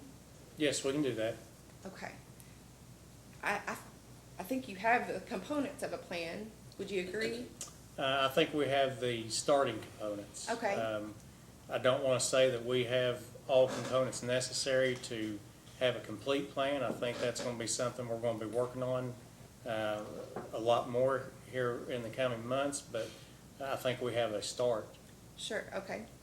Is that why you answered no to complete? That was what hung up that question? Yes, I didn't Okay. I didn't want to commit to saying, yes, we have a plan in place when we just have a start. Understand, okay. All right, so then, May 1st, 2015, there was a letter notice about the Seat Thornburg Siemens meters shipped May 1st, installed May 11th.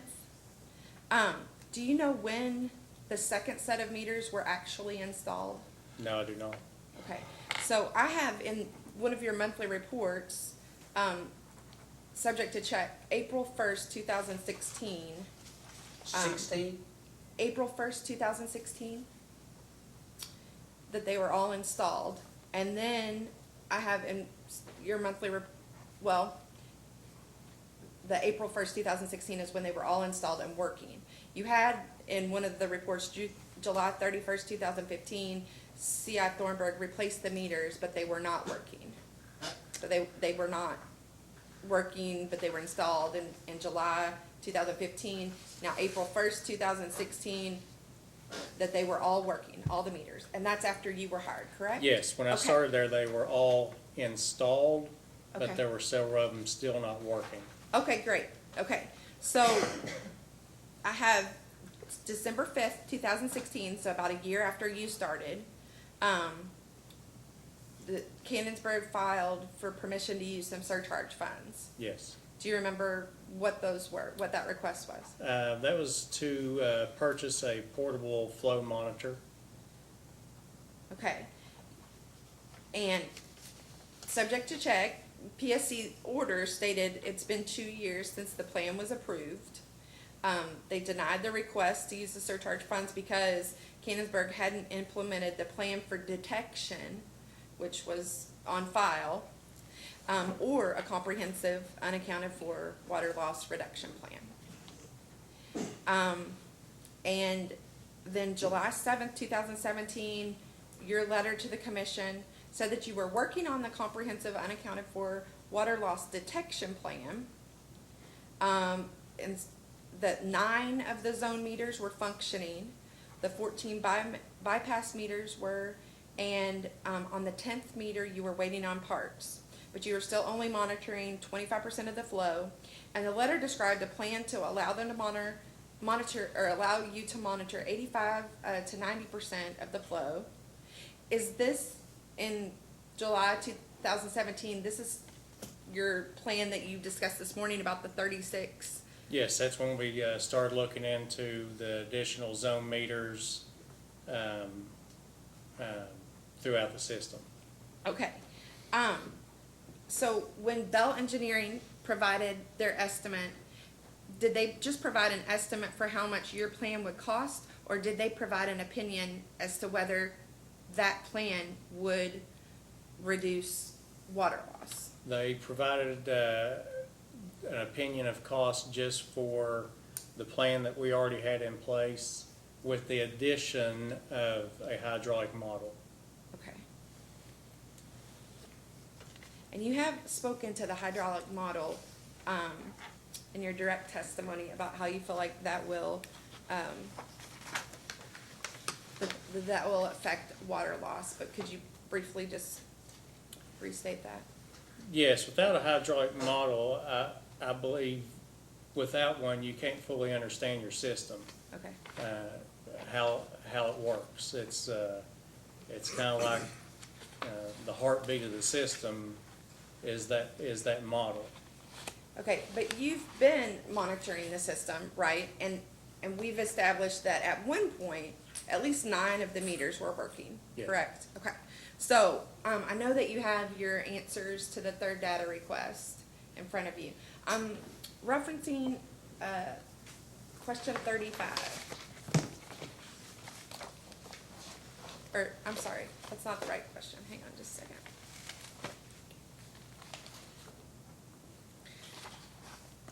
$25, I'm sorry.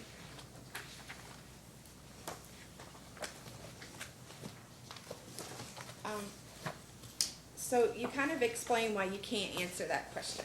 And the question was, just to refresh your mind, for each utility's master meter zones, provide a monthly comparison of the master meter readings to the total customer meter readings for that zone for December 2018 and January 2019. And this is part of a set of questions that we're asking, the commission's asking a lot of water districts to analyze water loss overall. So your answer was, unfortunately, the information's not available.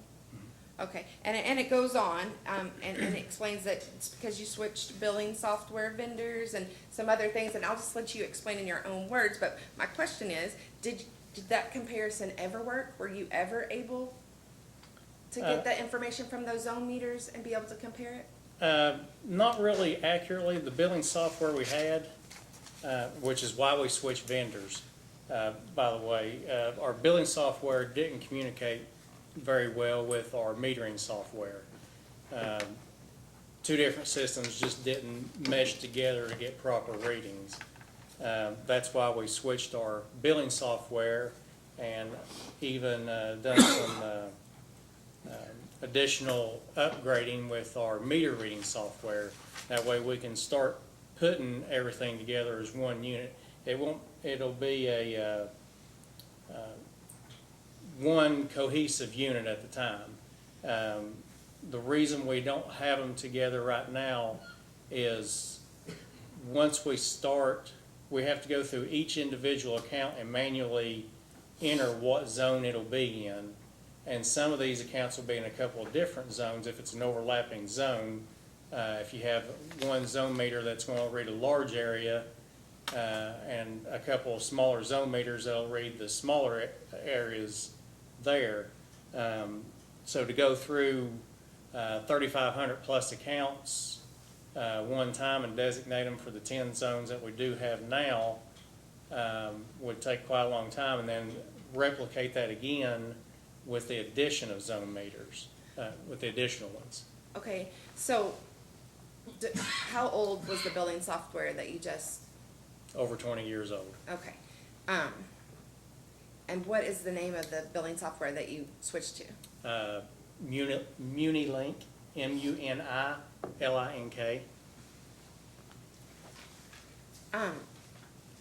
And you said that you did look at whether that would sync with your metering software? Yes. So it's not the metering software for the 10 the CI Thornburg defective meters that are in place now, or is it? The metering software is Census Analytics and Census FlexNet. It's 2 different softwares that run side by side. The analytics part is more the billing part. The FlexNet part is infrastructure part. How old is that software? 3 years old. Okay. The So you analytics side implemented- has been updated a lot. It's updated every couple of months. Okay, so you implemented that software purchase or that integration of that Yes. software, that was you? Yes. Okay, and when, So part of your question is, that software is still compatible with whatever the new meters are that you're gonna buy. Yes, Okay. yes. Okay. Okay. And I'm not sure if you did answer this or not, but, so the new billing software though meshes with that? Yes. Okay. And so when will you be able to have that information, that we asked for, the comparison? Because if the new billing software and the new metering software work together, is it just, what is the holdup on that? Going through each customer account. Okay, okay. And So- separate them out. Okay, so you're just waiting until, because it's such a time-consuming project, you're just Yes. waiting until this new project comes through? Yes, do it all at one To time. do one time, okay.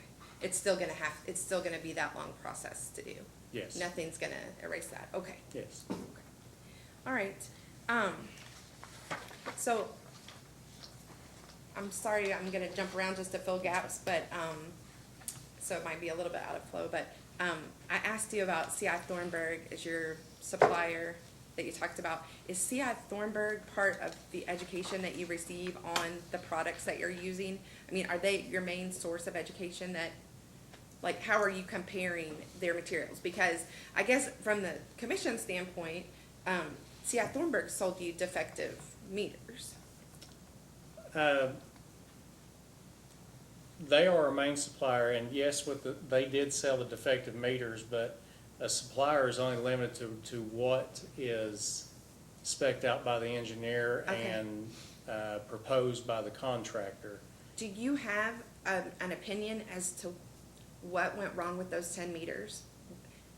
Was it a combination of, the product and the environment and the engineer and the supply? I mean, because we don't want to repeat those mistakes, right? And it Yeah. looks like, Yes, we exactly. tried to over time, and I went through that timeline pretty quickly, but at different points, the commission asked, looked like the water district was asking, and then CI Thornburg looked like they stepped up. They were gonna replace it. They realized they were defective, not just the wrong meter for the environment, right? They didn't work. Is that correct? In my opinion, and this is just solely my opinion, I believe it was because the meters were not the proper meter for the environment. Okay, Meter pit sets are gonna get full of water at some point in time. Yeah, but wait, so who's responsible for that? For ordering the wrong meter, or someone saying, knowing what you were going to do with them, not you, but the water district, and saying, well, should have said, well, this isn't the proper meter, you really need something else. Do you know how that worked out? I don't know how it worked out. My guess would be, it would be a combination, more so on the engineering side of it, and possibly some of it would be on the supply side of it. okay, and also, so we have the 2014 plan filed, and we've already talked about that's not what you use right now. Yes. What engineer made the plans that you use right now? The plans we're using right now is just what I've learned in the field of how things flow. Okay, It was not designed by an engineer. okay, This plan here was designed by an engineer, the engineering firm E.L. Robinson, and installed, but how it's shown on there isn't how our system flows in some areas even. And also, it doesn't take in the actual area that it does cover. I don't know how they came up with their zoning there, but to know the system and know how things flow, you would know that some of those areas aren't going to be in that zone. okay. So you came up with the new map Yes, from your personal experience? yes, And you've run it by Bell Engineering, or you have not? yes, Bill, I've gave my work to, the files that I've worked on to Bell Engineering. And they've looked at it and said, this is a good plan? They haven't said if it's a good plan or a bad plan. I would speculate they believe it's a good plan because they've not objected to it, but they've went off of what I've came up with. But they're gonna put their stamp of professional engineer on this plan that is considered to be project one Yes, before anyone starts to do any kind of funding or construction or anything else, is we'll have professional engineers sign off on it saying, Yes. yes, we agree, this is the best plan. Yes. And one other question, you've got 36 meters that are on this, and you mentioned before that you, after refining in your thought process, you thought you needed 7 more.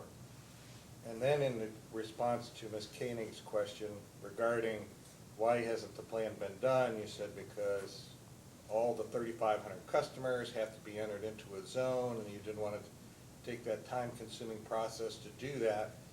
Are you going to include the 7 meters now, or are you going to wait till a different time, and then some of those customers have to be re-entered into the system in a different zone? We'll include all 40, a total of 43 meters at this time. So the 36 that's shown on here and the money that you're showing is really understated by whatever the additional 7 meters are. Yes. I'm sorry. No, that's fine. And so just to, tag on to that, I understand this was an initial, a preliminary estimate. And I think you clarified it's just an estimate. They didn't sign off on the quality or the, they're not ready to put their stamp on it. In other words, they haven't looked at how good the plan is, for lack of a better word. Yes. Okay. But do you have any type of, an idea of a timeline for how long it would take for Bell Engineering? And that might be a question for your Bell Engineering witness. But, Yeah. do you have a timeline for phase 1, or if there was, because it looks like the plan is not, you're adding 7 meters. There's some question as to exactly, how many customers and where, and also they would have to, they're gonna have to look at the products, right? Yes. CI Thornburg would propose your products, right, the supplier? Are they gonna, okay. Yeah. What was the answer? I didn't. He said Yes. yes, CI Thornburg. Is there any other supplier that is in your area, or that you would you consider bidding out the?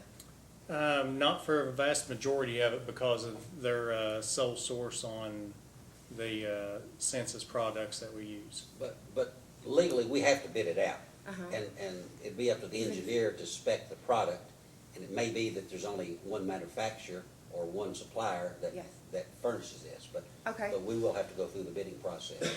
Okay. Isn't McJunkin down there? A company by the name of McJunkin? Yeah, and there's a few other suppliers there, but a lot of technology is proprietary. Only one supplier in the region can sell it. I don't know, that McJunkin came back from 30-some years ago when I worked in Haverhill, Ohio, so. So CI Thornburg is a supplier, and then just going back from the 2014 plan and looking at coming through, initially it said materials, okay, you listed Citgo. Is that CI Thornburg? Yes. Okay, that's just listed on some of the documents. Okay, and so just to clarify, for your updated 7 zone meters, in total with the 10 replacement, you're looking at 53 zones? Is Yes. that accurate? Okay. All right, and I know I am jumping around, but so as far as timeline, you don't know how long it's gonna take to confirm plans. You'd have to update costs based on the changes Yes. to the plans and the tanks used, et cetera. You said that it wouldn't be that much of a price difference because you were changing size of meters? Yeah, changing some meter sizes. The bigger the meter, the more expensive it is. Okay. But you did testify that phase 2 would not, commence until phase 1 was complete. Is that accurate? Yes. Okay. So you are planning to get separate approval on phase 2? Yes. Okay. Okay, and then I just have a couple more, from your testimony. You talked about, the employees that you have and the staff that you have not being able to hire additional employees, but, would you agree that maybe an employee dedicated to leak detection and repair would be a worthwhile investment for the utility? Yes. Okay.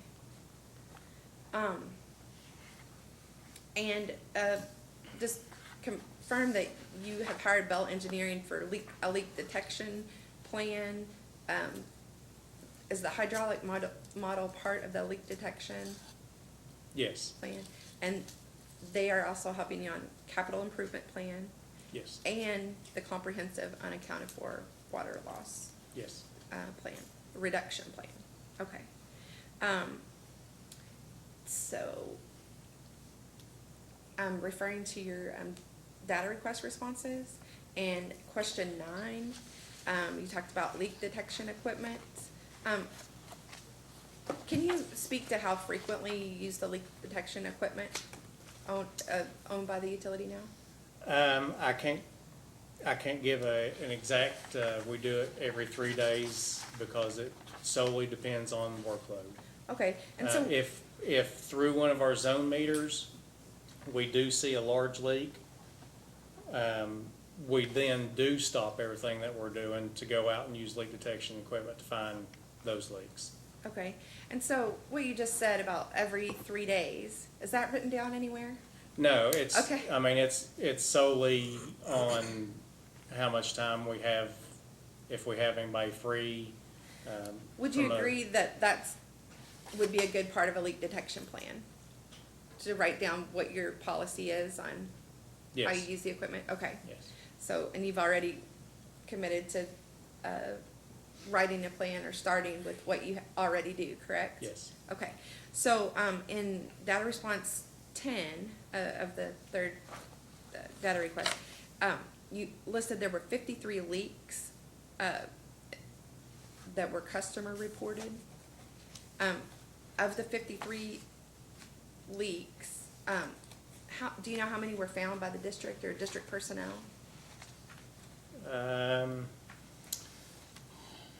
It lists 53 leaks for customer reported and 53 for district personnel, so, That might be obtainable through the work order request. okay. Um, Okay, I understand what you're saying. So it's already filed, it's just not, highlighted, Yes. okay.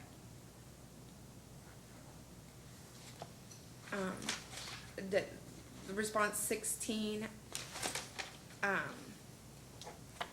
let's see, it's talking about acquiring the information, I believe. Just refresh on what that question was.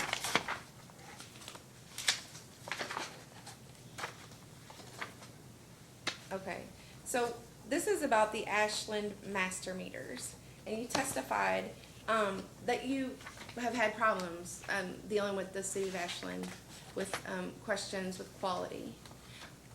You also testified that part of your, plan that you submitted for surcharge here would be, in response to questioning their quality of water from the city of Ashland, correct?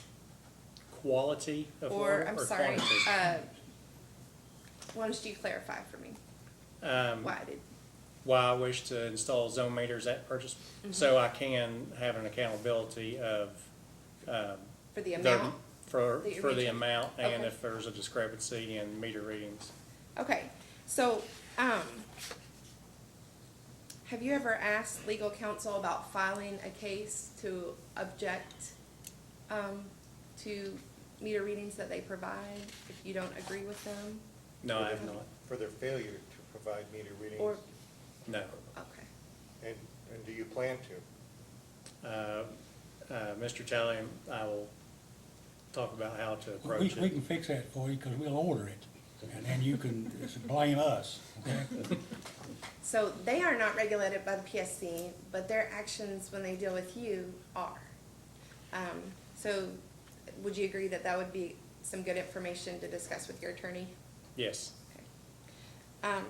Okay, and also along that line, have you looked at the amount of money that it would cost to put zone meters in to confirm their meter readings or the lack of meter information that they're giving you versus filing an action here at the PSC?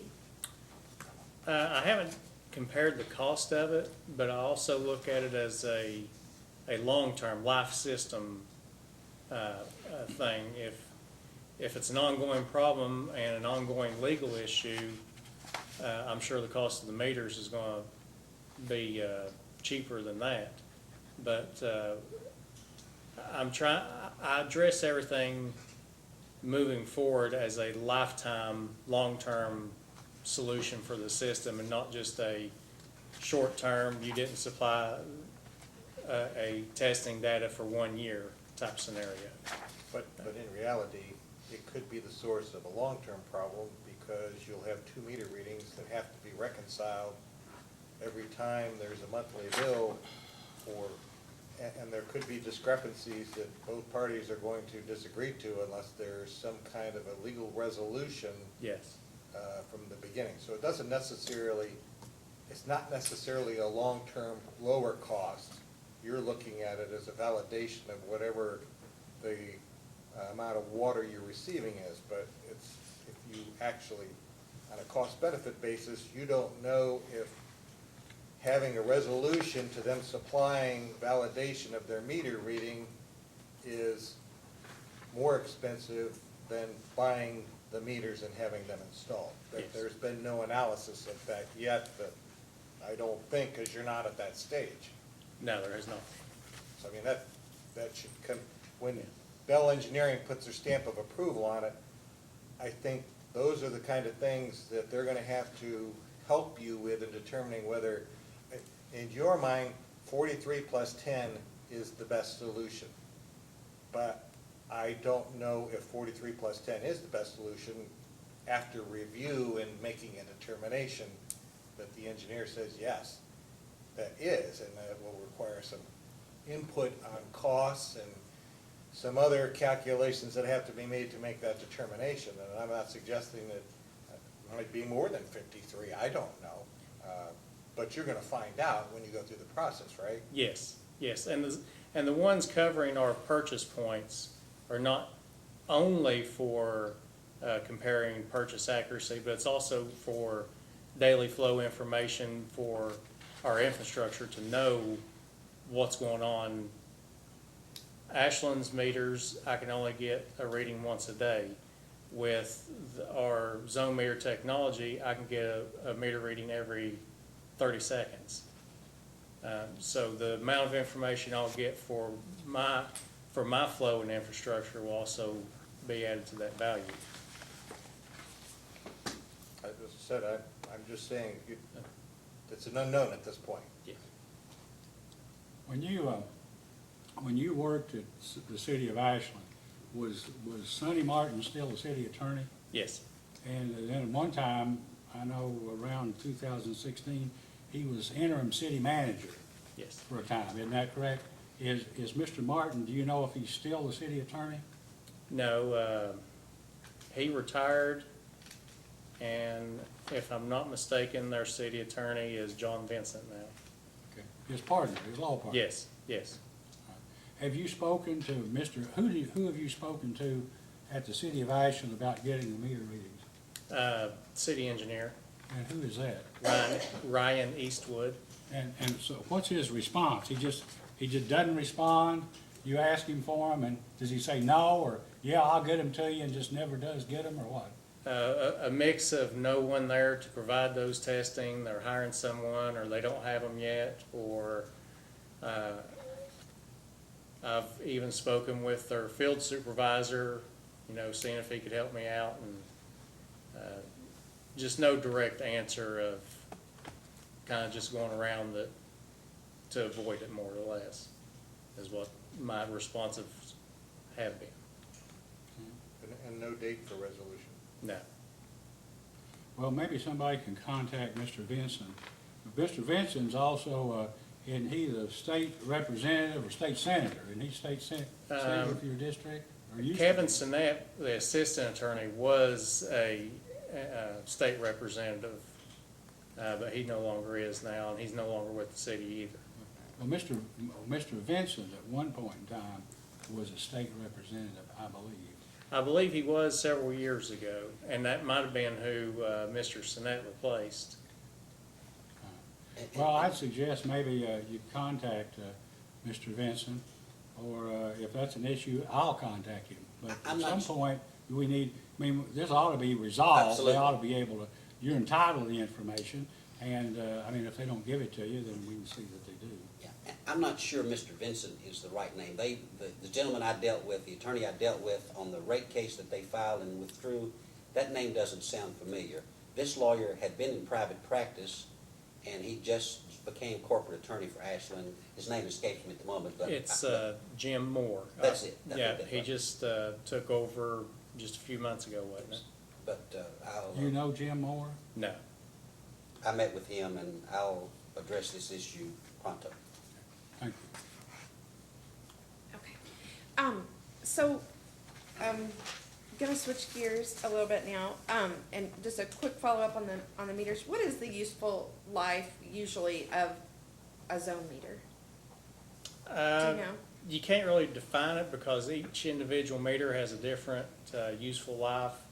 The ones that we use now and that we propose to use, useful life is 20 years. Okay, so, but how long should those meters, should the meters have lasted, the ones that you're replacing?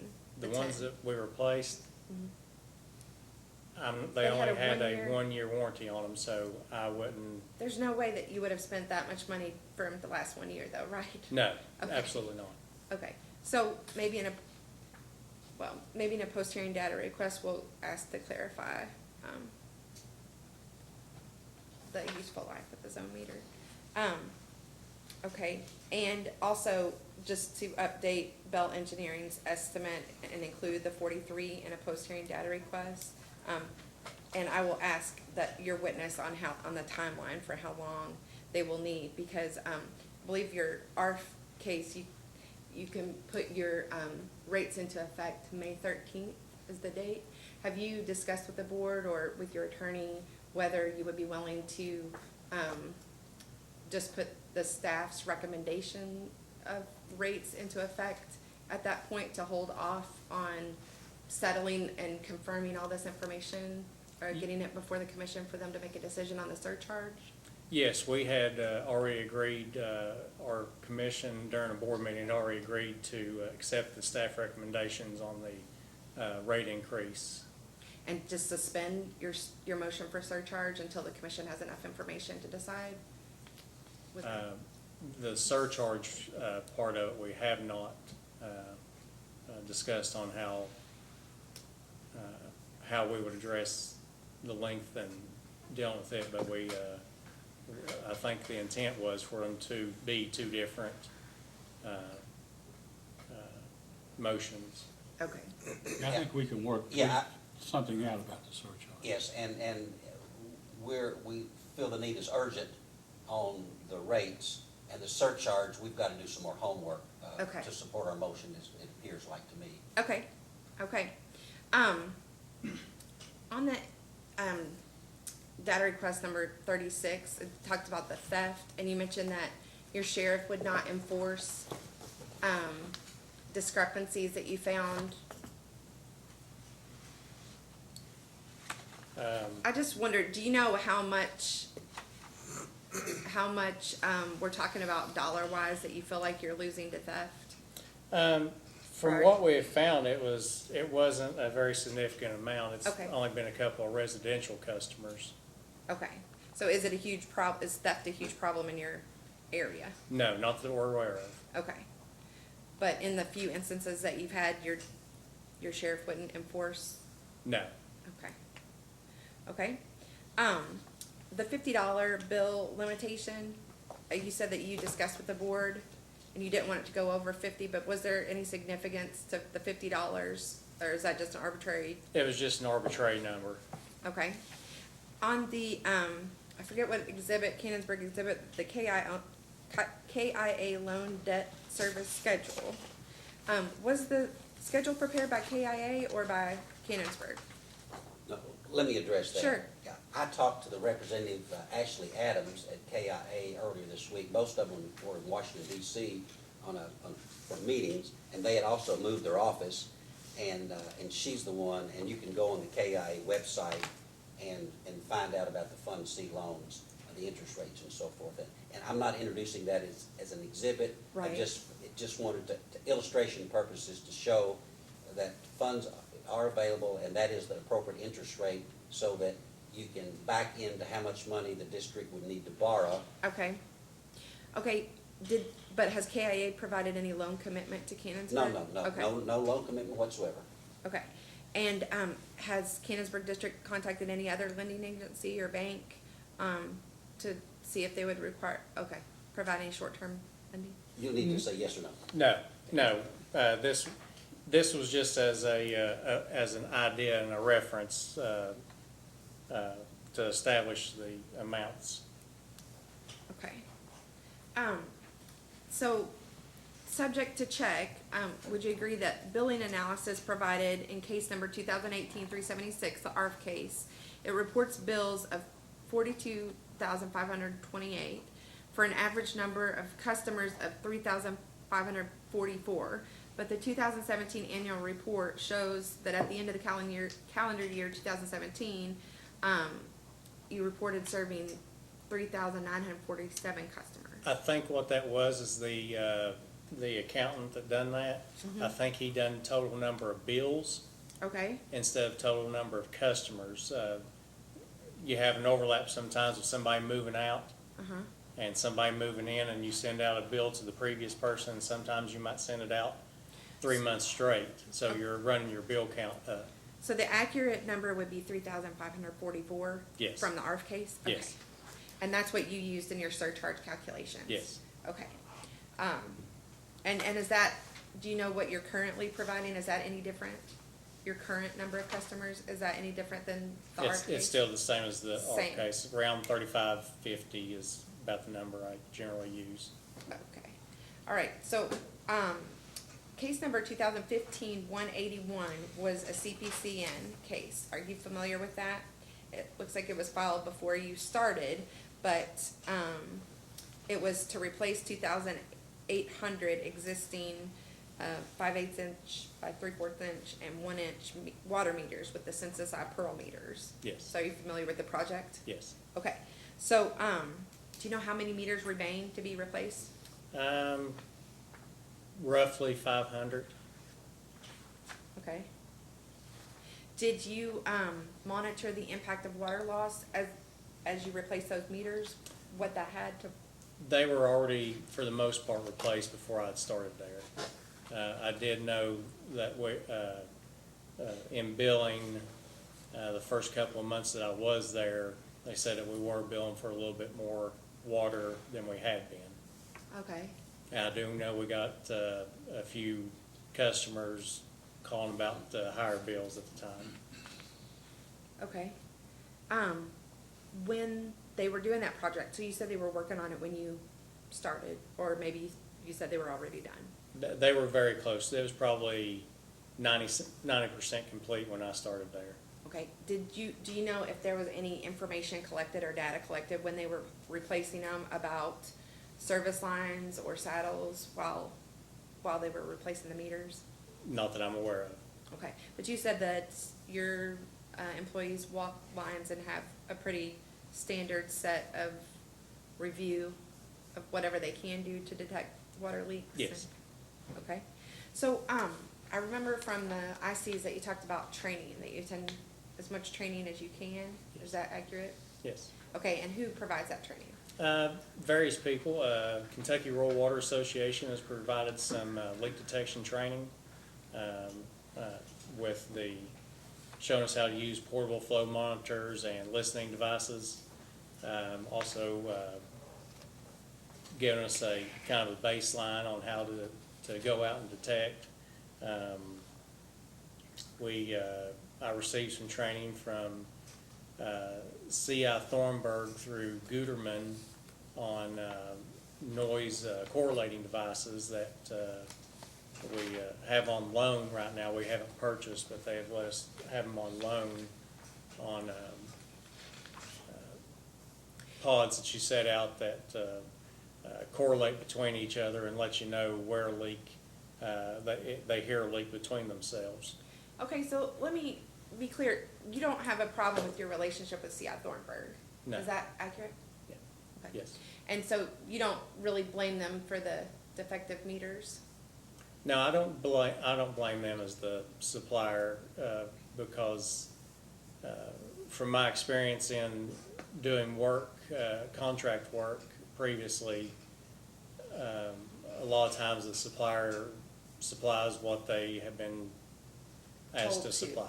Okay, and you're not using that engineer anymore, although he was under contract for a long time, but you said that he wasn't doing work or being paid. Yeah, there was a gap of time there that he was not available to us. Okay, so, this is my last question.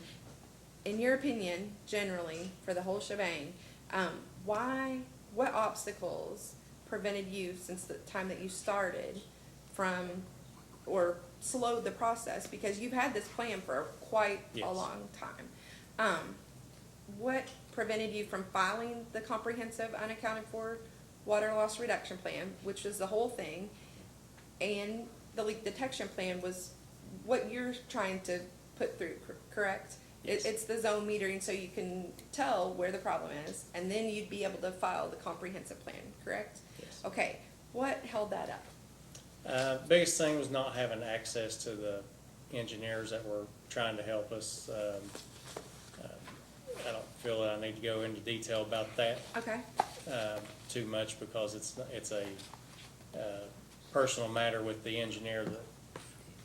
But not having access to the engineer and not having proper counsel to help us out. okay, and I'm sorry, staff has one more question. Do you have an update on the GIS mapping, when that would be complete? I would like to say it will be completed this summer, but then again, it still is going to rely on availability of time, because Okay. I'm the one taking care of that. Okay, so you've identified some obstacles, but would you agree that a timeline is very important to the project then? Yes, Okay, and the projects that have been submitted as well, phase one, yes, and the plan, okay. And so, I think you've testified you don't have an estimate for that timeline, but would you be able to provide, I'm gonna ask, Bell Engineering if they have an estimate, but, would you be able to provide the commission as soon as you can consult with engineers and people on board? Would you be? yes. Okay, able to provide a timeline, okay, thank you. No further questions. Mr. Cicero, questions? Just a quick question. How did you determine that 4 years was the loan period you wanted to go with? Because of the 2.5%, or, I mean, what's magical about 4 years? We were asking for I thought that the commission would probably only give us a line surcharge for 4 years. I was trying to generate enough money to pay off a $500,000 debt, so we kind of backed into that. But the magic number at KIA is 5 years. We can get the lowest interest rate on Fund C loan is 1 to 5 years. After 5 years, interest rate goes up. So that's the only reason. We realize the life of the product is going to be, a lot longer than the 4 years. So there's nothing magical about anything. You could go longer, you could, depending on what you receive from the commission, you just gave us An example of, that's right. Okay, thank you. I don't have anything else. Any questions? You have a process, right, for leak detection. Yes. Seems to be working. You've made some dramatic reductions. If you subtract out the winter of 18, which I think we had lots of systems that were challenged by the freeze. I guess some of the line of questioning was, you never filed a plan, but you certainly had a process. So maybe sitting and writing that process down would have been and could be a very important part of that plan. So I just would urge you to do what I believe the council has asked, is to, just start with what you do. Yes, ma'am. Because it seems to be providing some results. That's it. Well, I'm gonna have a few questions, so I think we better break for lunch. And as I told, or informed Mr. Talley, the commissioners have had a long time scheduled a lunch with some of our staff. And so we can't, we'll have to do that. So we'll be in recess until 1:30, at which time we'll come back. I'll ask a few questions of Mr. Webb, then we can get to the engineer, and we'll probably want to have a few questions for the commissioners. Thank you. Fine. Thank you. We're now back on the record.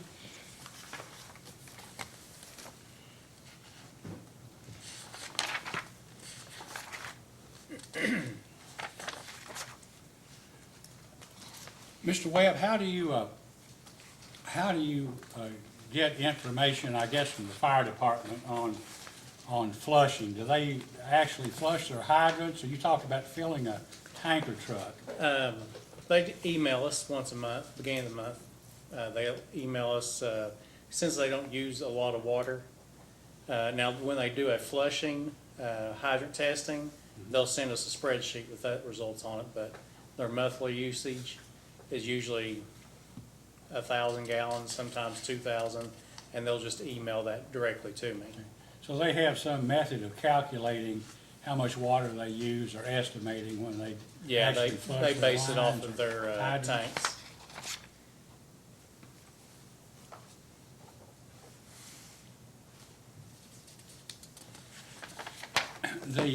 I know, and you were asked some questions about the difference in, I guess, the map that was filed here in 2014 or whatever, and the map that you actually used. Do you have any idea how, not that it makes any difference now, but how those discrepancies came about? I'm really not sure how they did. I based my map off of where the meters were located at and direction of flow and what they could pick up. Did you even know there was a map here? No. You have wholesale water contracts with, I guess, the city of Ashland, which supplies water to you, and then you sell water to Big Sandy Water District and to Greenup, city of Greenup, is that correct? Yes. How much water do you generally supply on a monthly basis to Big Sandy? Is that regular, or just when they're in need of water? At times it's regular. Typically it's somewhere between 3 and 4 gallons a month. This current month, I'm sorry, you said 3 or 4 gallons. 3 or 4 million gallons, I'm sorry. This month they haven't bought any water.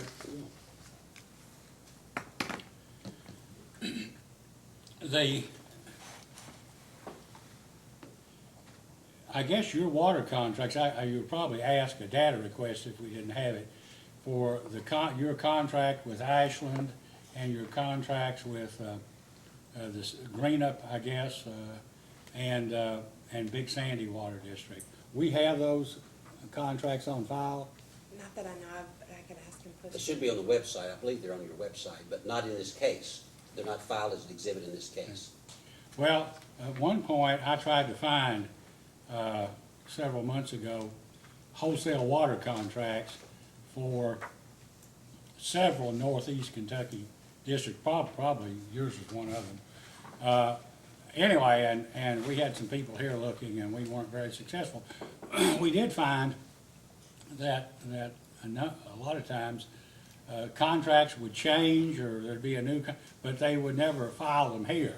Forget about it, I suppose, and then, as you know, people here would never think to get a copy of the contract. And the reason I say that to you is that in looking on some of the ones we did find, and we got requests, there were some water districts that were buying water from wholesale at one price and selling it to another water district at less money than they paid for it. And have you experienced any of that in No, Cannonsburg? no, that would be a bad thing. That you'd be willing to admit to.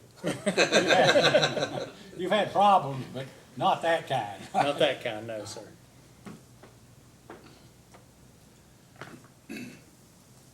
So, Mr. Talley, you think their contracts are on our website? I'll have, We need to check and see, and if we don't, If not, we'll be let's happy get to a provide data that. request and get your wholesale contracts. yes.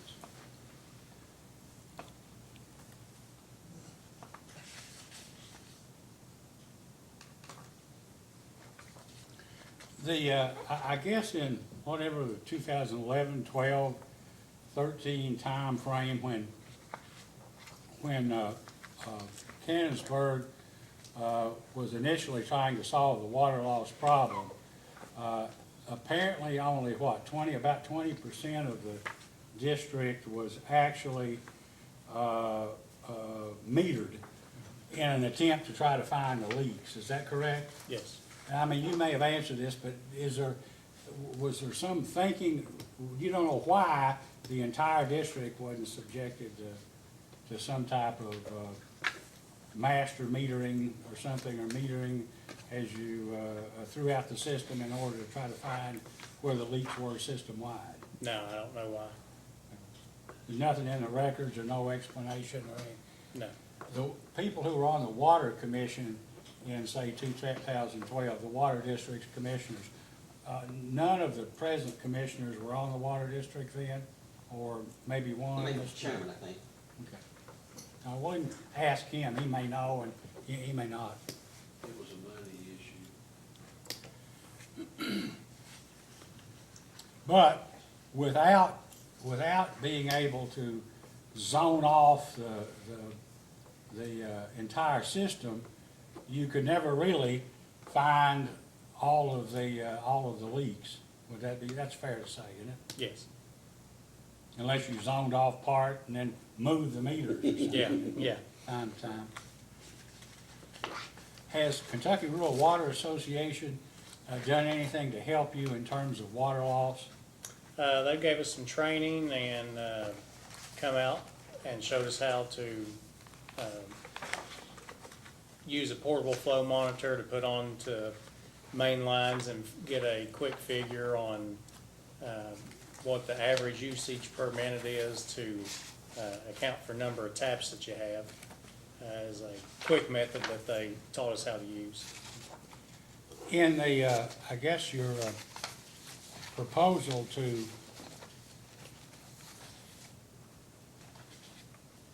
improve your system, I guess with the phase one project and phase two, as I heard it, and I'm subject to being corrected, do you intend to basically do most of the work yourself on phase one?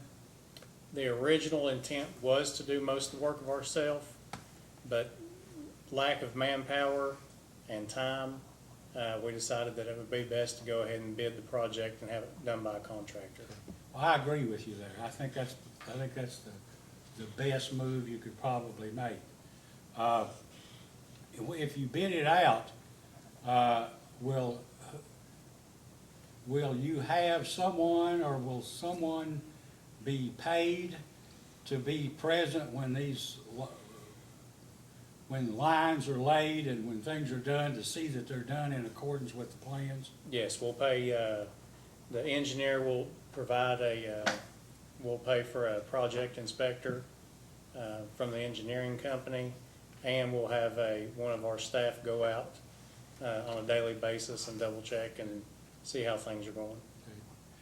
Just I don't have near the experience you do in water systems, but my limited personal experience, and one being a commissioner on a water district one time, is that sometimes people say, well, we can save the money on that resident inspector, and only to find out that the work isn't done properly. So I would recommend that you do that. That'd probably be money well spent. So what do you envision Bell Engineering doing with respect to phase one? I mean, they've given you this estimate. Is Bell going to be involved in anything else other than giving you an estimate? Will They'll they be, they'll be Will involved they be in. the engineers that you're going to use on this project? Yes,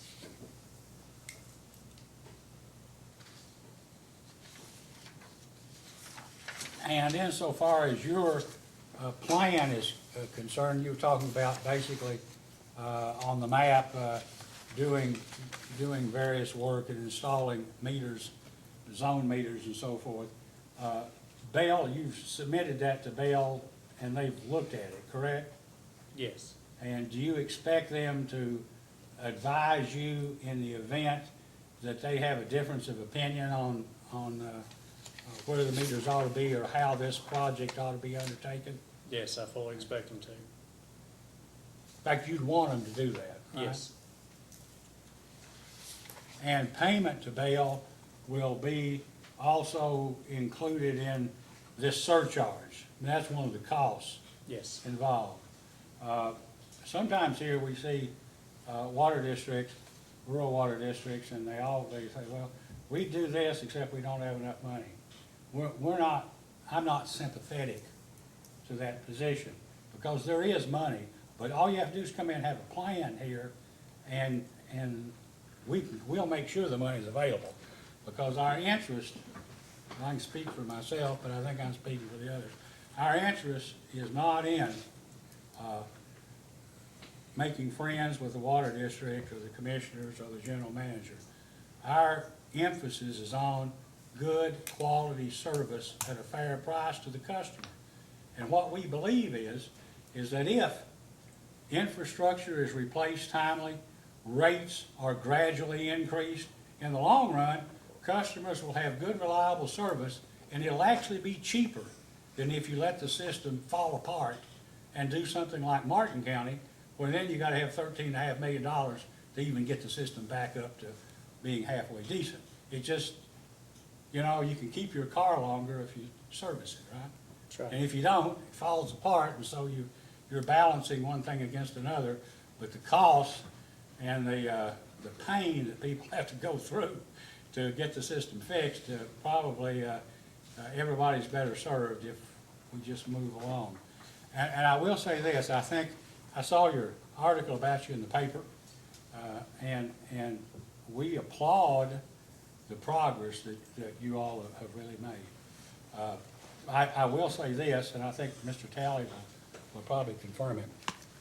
In the past, the Public Service Commission has been in a sense, a passive organization, and they come in and say, well, here's an order, and you need to provide this by a certain date, or get a study or file a report or a plan, an infrastructure improvement plan, or a water loss reduction plan. And then if it wasn't done, they'd say, well, you get a letter of back and forth, and that's the end of it. But we've taken a different approach, and that approach is that the commission's job, that the water districts, commissioners owe a duty, fiduciary duty to your ratepayers, and you're gonna have problems no matter how good you do, right? How good a job you do. But when you fail or have a problem, we're willing to try to fix it and help you along with it. And if you need more time, we've been generous sometimes with time. But when districts don't obey commission orders or violate statutes, there is no more forgiveness. And I think Mr. Talley can tell you that we actually bring show cause hearings here. We had one yesterday against a small gas company, and not against the district, but against the commissioners individually and the manager, essentially for failing to do their job. So if you get an order from this commission and it says, you give us a timeline, we expect you to meet the timeline. If there's a problem, that you'd file something and tell us why. But if you don't, I'm not trying to be threatening, I'm just saying you can only get so much compliance across the state with a carrot. Every now and then you gotta have a stick. And I don't mean that about you all specifically, but I did want to tell you that we take a stronger view on people complying with our orders, okay?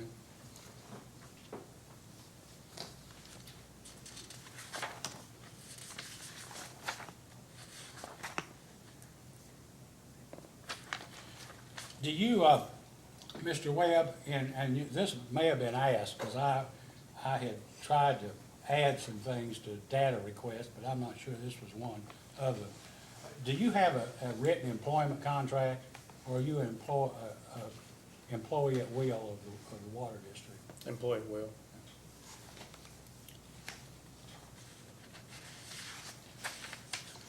During the 3 years that you have been general manager at Cannonsburg, what has the water district's relationship with the Boyd County Judge Executive and Boyd County Fiscal Court? We've had a really good relationship. The previous judge was very, he wanted information on how things were going, but there was no,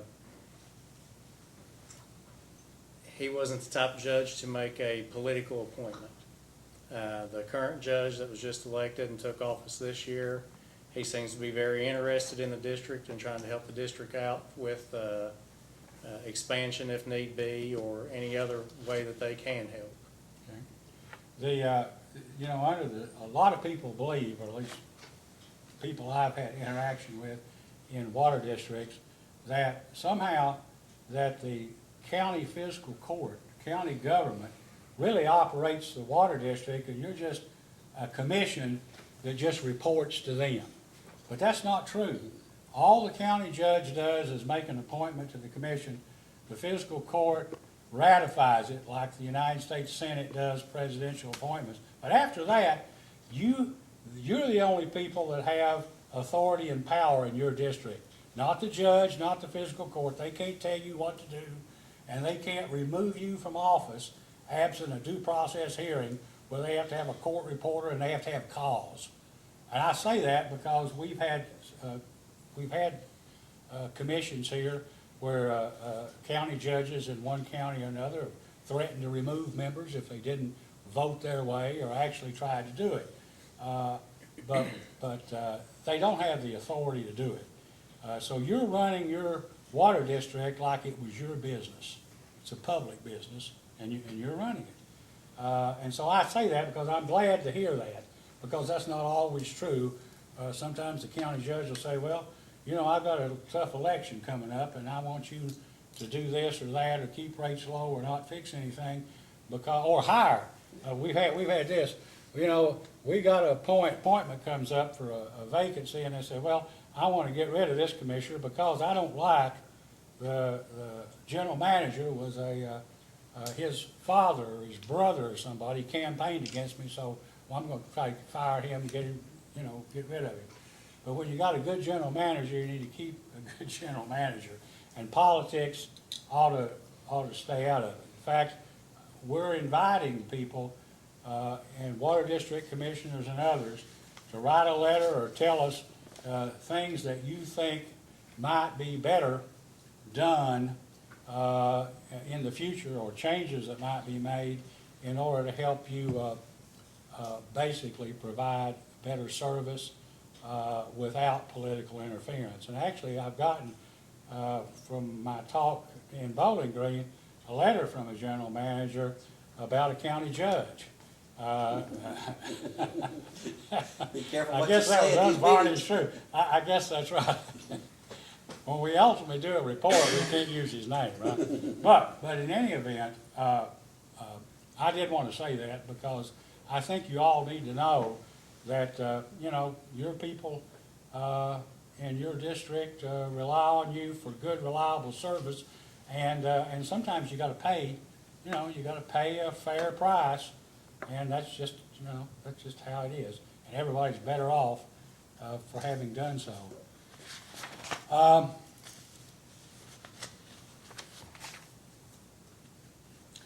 don't think I have anything else other than I suspect, I don't know what happened in the past, and you don't know either.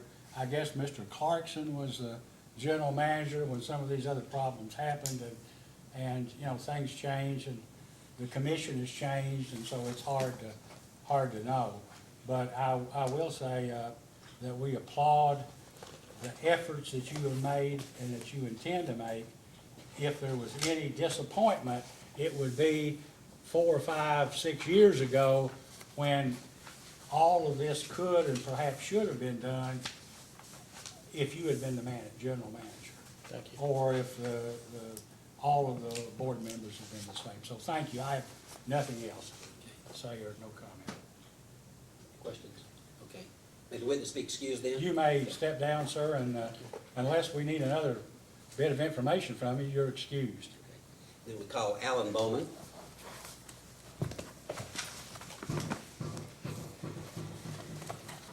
Let's leave the Bell Engineering up here. Take this. Just take the rest of your things there.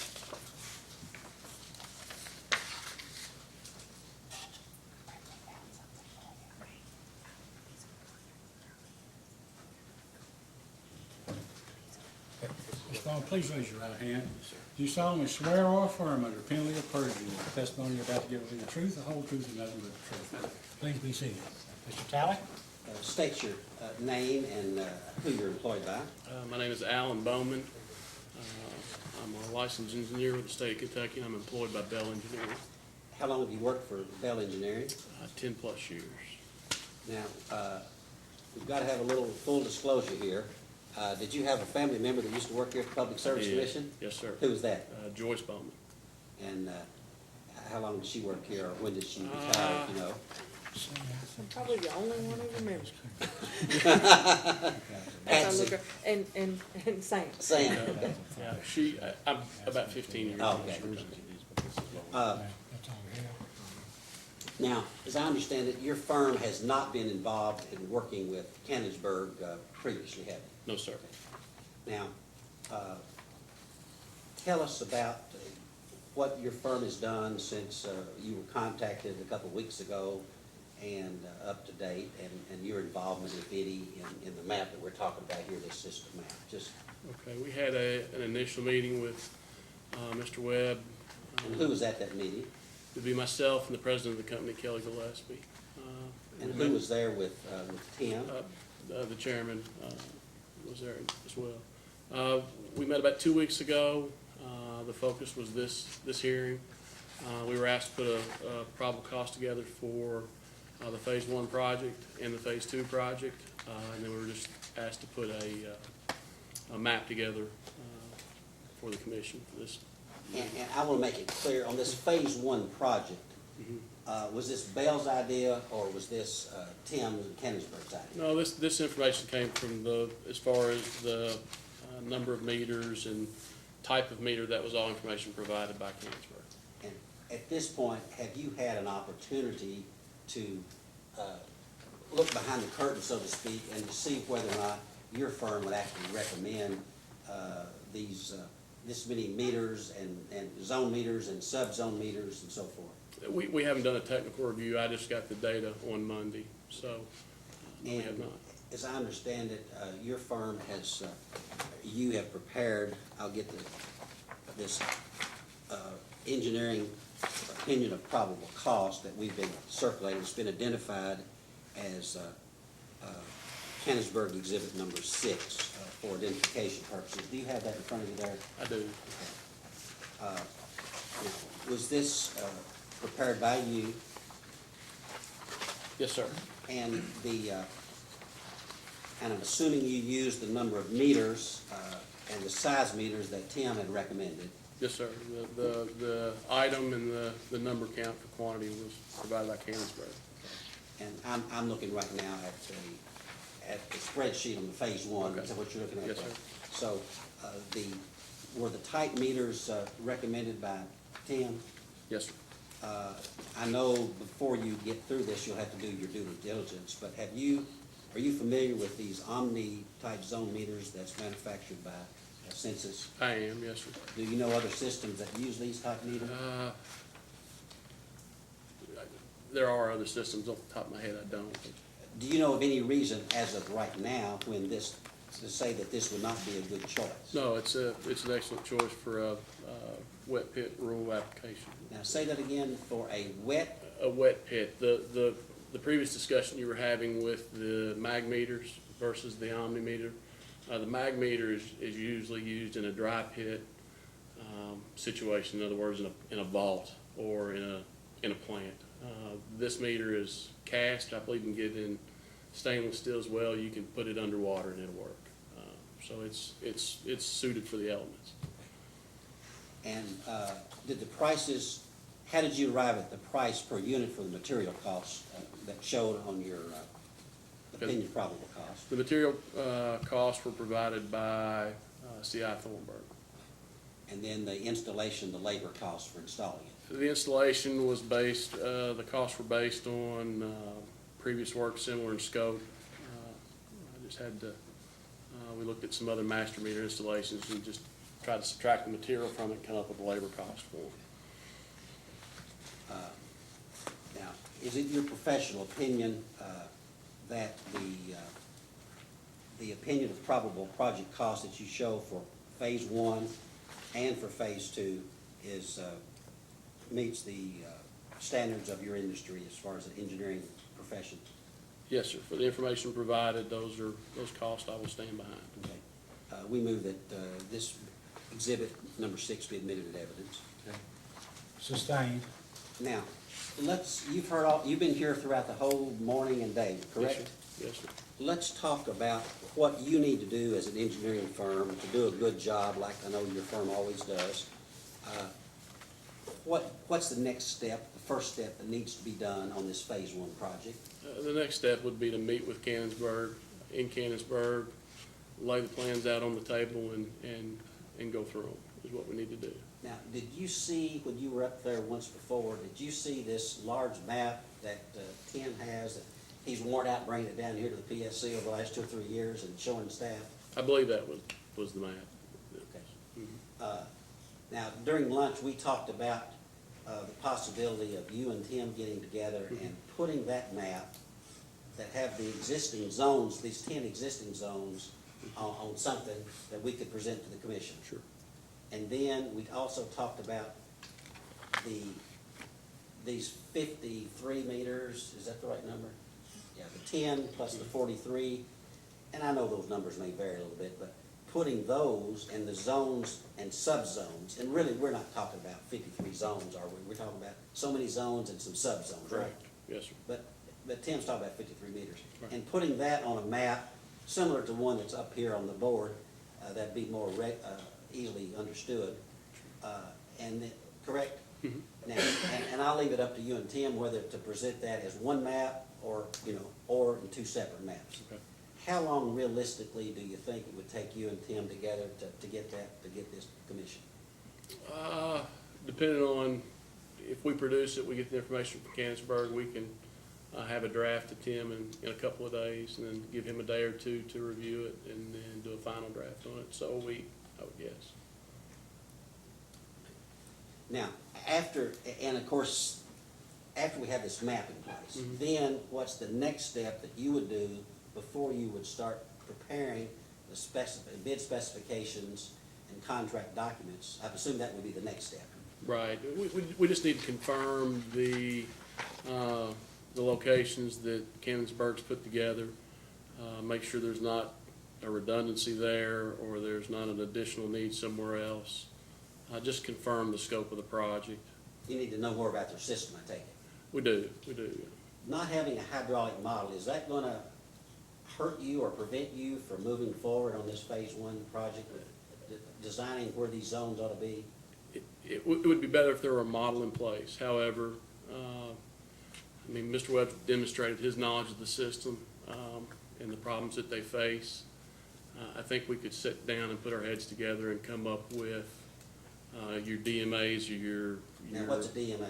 It would be a district metering area or a special metering area. Like a zone meter? A zone meter, Okay, right. zone, okay. Typically, those metered areas are based on the different pressure zones in your system. You need to be able to isolate those zones. So really what we're talking about is probably 6 or 7 zones and then some subzones. If the model were in place, it would help, but we can do it without the model.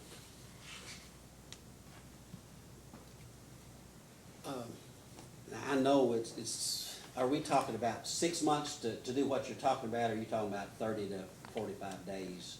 And I know you talked about some other issues that's gotta be worked out in-house. Right. You'll have another job or two to do, I think, as I understand it. Yes, sir. I mean, we'll have to task organize and get our resources together to do it. The man hours involved in putting a map together, like I said, is about a week. A couple of site visits to Cannonsburg. I would say 60 to 90 days to get the project defined, and get technical specifications together. I noticed there was some discussion about there being a gap in funding with the surcharge money and the need to find other funding. Depending on that funding, there may be some other work that needs to be done on the front end, project profiles to KIA or what have you. But forgetting about getting the money, Right. which that's the most important part, but assuming the money will be there, as far as the engineering work to do your due diligence so that you can put together a phase one project that we'll all be proud of and will be effective, you're talking about 60 to 90 days. Yes, sir.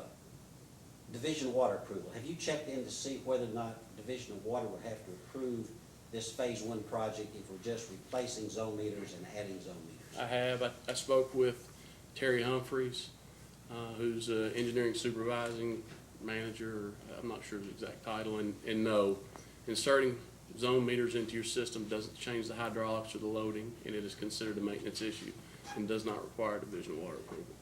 That's all the questions I have at this time. Ms. Coney, questions? Yes. Hi, how are you? Fine, thank you. Good. I just have a couple of questions, Okay. and really clarify.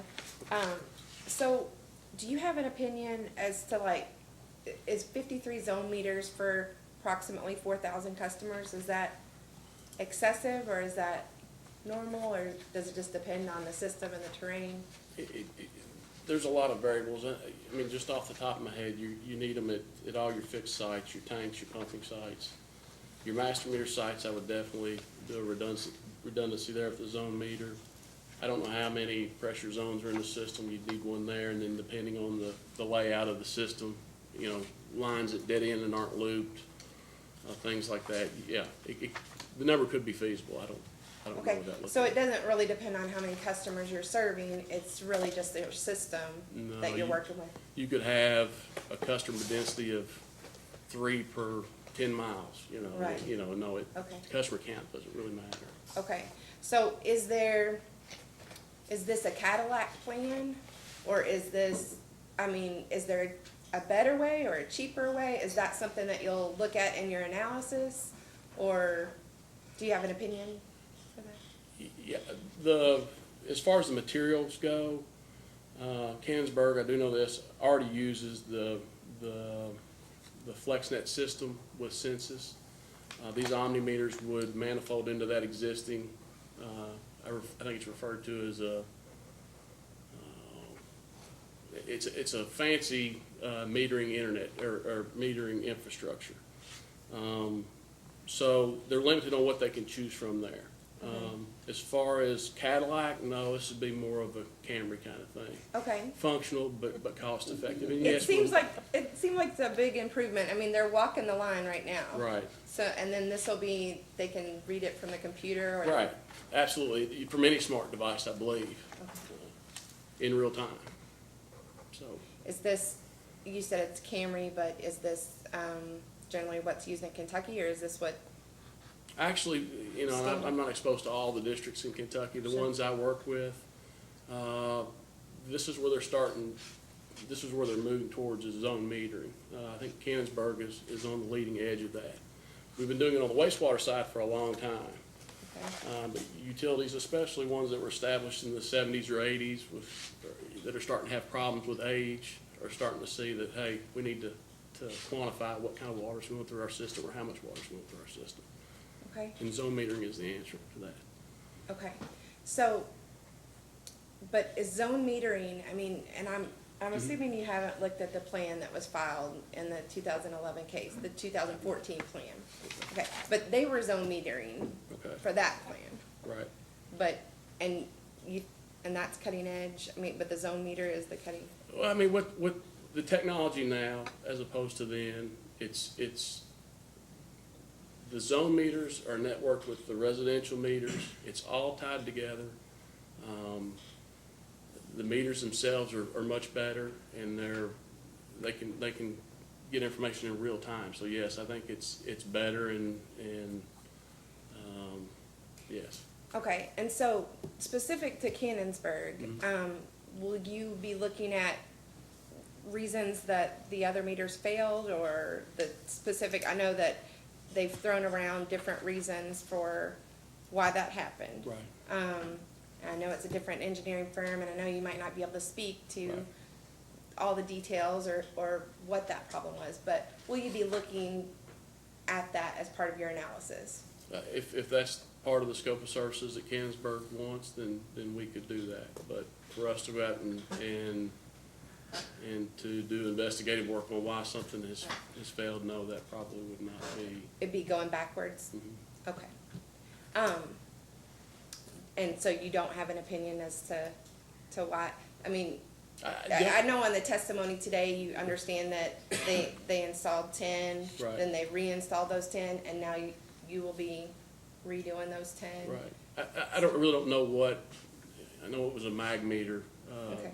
I don't know what the specifics, but I do know that typically when I see those mag meters installed, they're installed in, like I said, a dry pit application. They're not exposed to the elements. Okay. You know, there was some mention of condensation being in the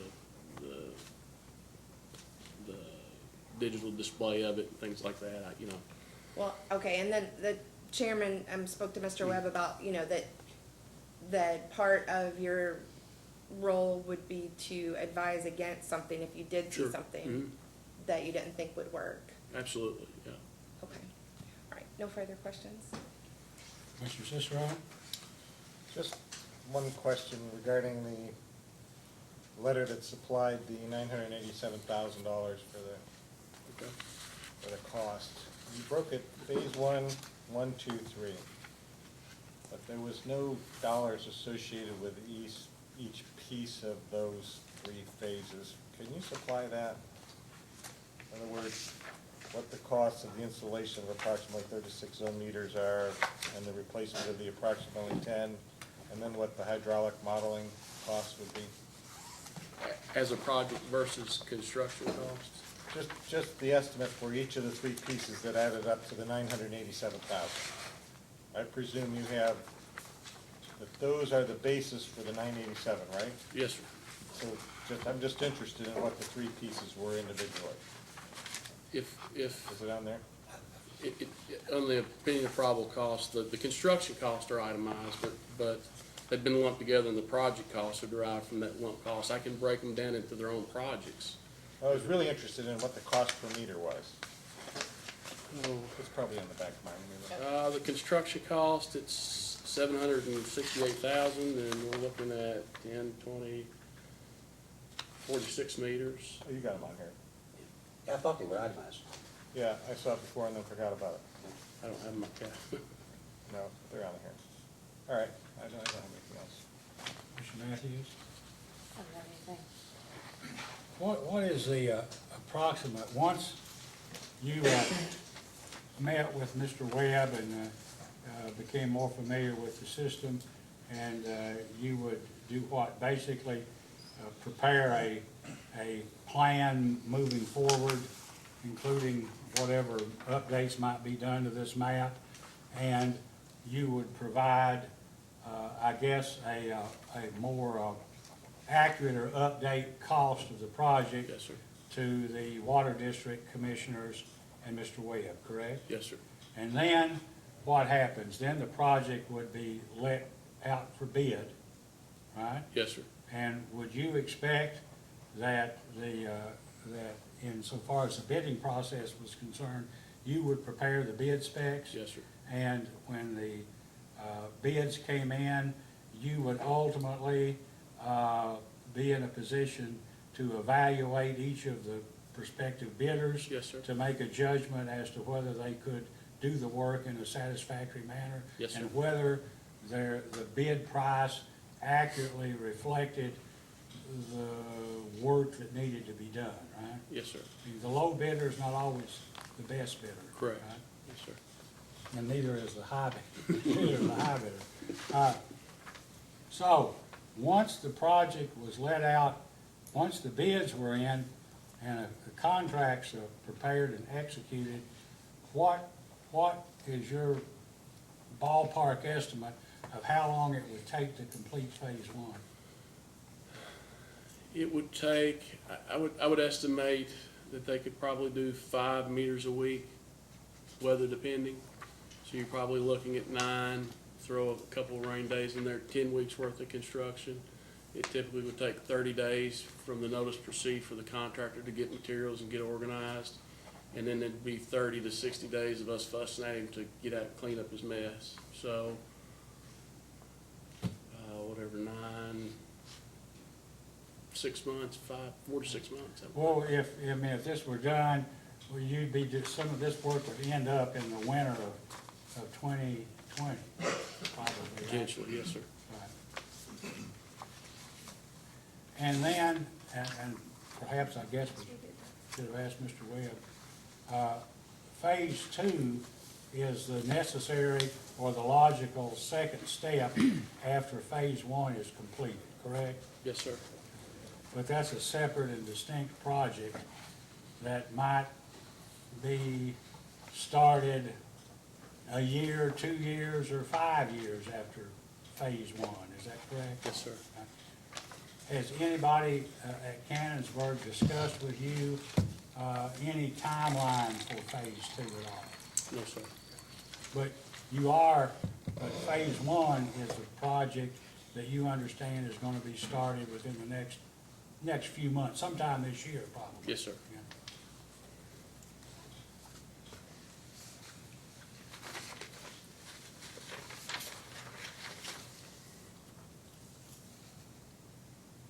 I don't have any further questions. Anything else, Mr. Talbot? Just one thing. As I recall, your opinion of probable cost, including a resident inspector from your engineering firm, is that correct? Yes, sir. How rigorous is that inspector, the ones that you normally use on projects like this? You mean by I mean, rigorous? are they there once a week, or are they there No, every no, no, day? that's daily. They'll be there, Resident inspector meaning resident, being a okay. resident of the project, yes, Okay. sir. And that cost is included in? Yes, sir. That's all. Yeah, the reason I think that we really insist on a resident inspector and someone from your engineering firm or someone that you hired that wasn't necessarily someone from the immediate community is that we have seen sometimes these resident inspectors get paid, but they never show up. Or when they do, they're, and I can, most of the things that I find wrong are because when I was a water district commissioner, we did them wrong ourselves. So it's all just a confession sort of thing. But I do think that a resident inspector is worthwhile. Yes, sir. Okay, I have nothing further. May Mr. Bowen be excused Yes, and go back to work? Yes, thank you, Mr. Rowe. Appreciate you coming down today. Oh, thank you. That's all the witnesses we plan to call. We have the other Okay, commissioners here. why don't we just ask the chairman a few questions? Okay. And it won't be 5 minutes probably. You'll need to, yeah, you'll need to step. You'll need to come up here on the big stand.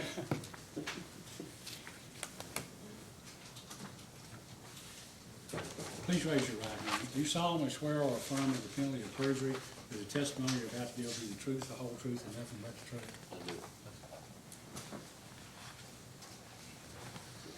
Do you have anything at all for the Yes. chairman?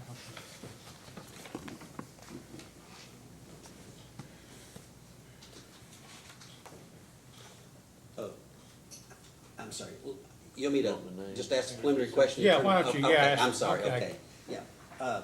State your full name, please, Robert McGuire, and your address. 11635 Midland Trail, Ashland, Kentucky, 41102. How far from the Cannonsburg Water Office do you live? A rock's throw, about half a mile. Walmart in between your house and? No, I'm on the other side, thank Okay. goodness. Do the lights from Walmart keep you up at night? No, I'm around the curve to where they don't shine on me too bad. How long have you been on the board? 12 years. What is your profession or a business that you've been involved with for most of your life? I own an excavating company, a local excavating company. You talking about backhoes, track hoes? True, dirt work, Okay. all different sources. You still doing that or you retired?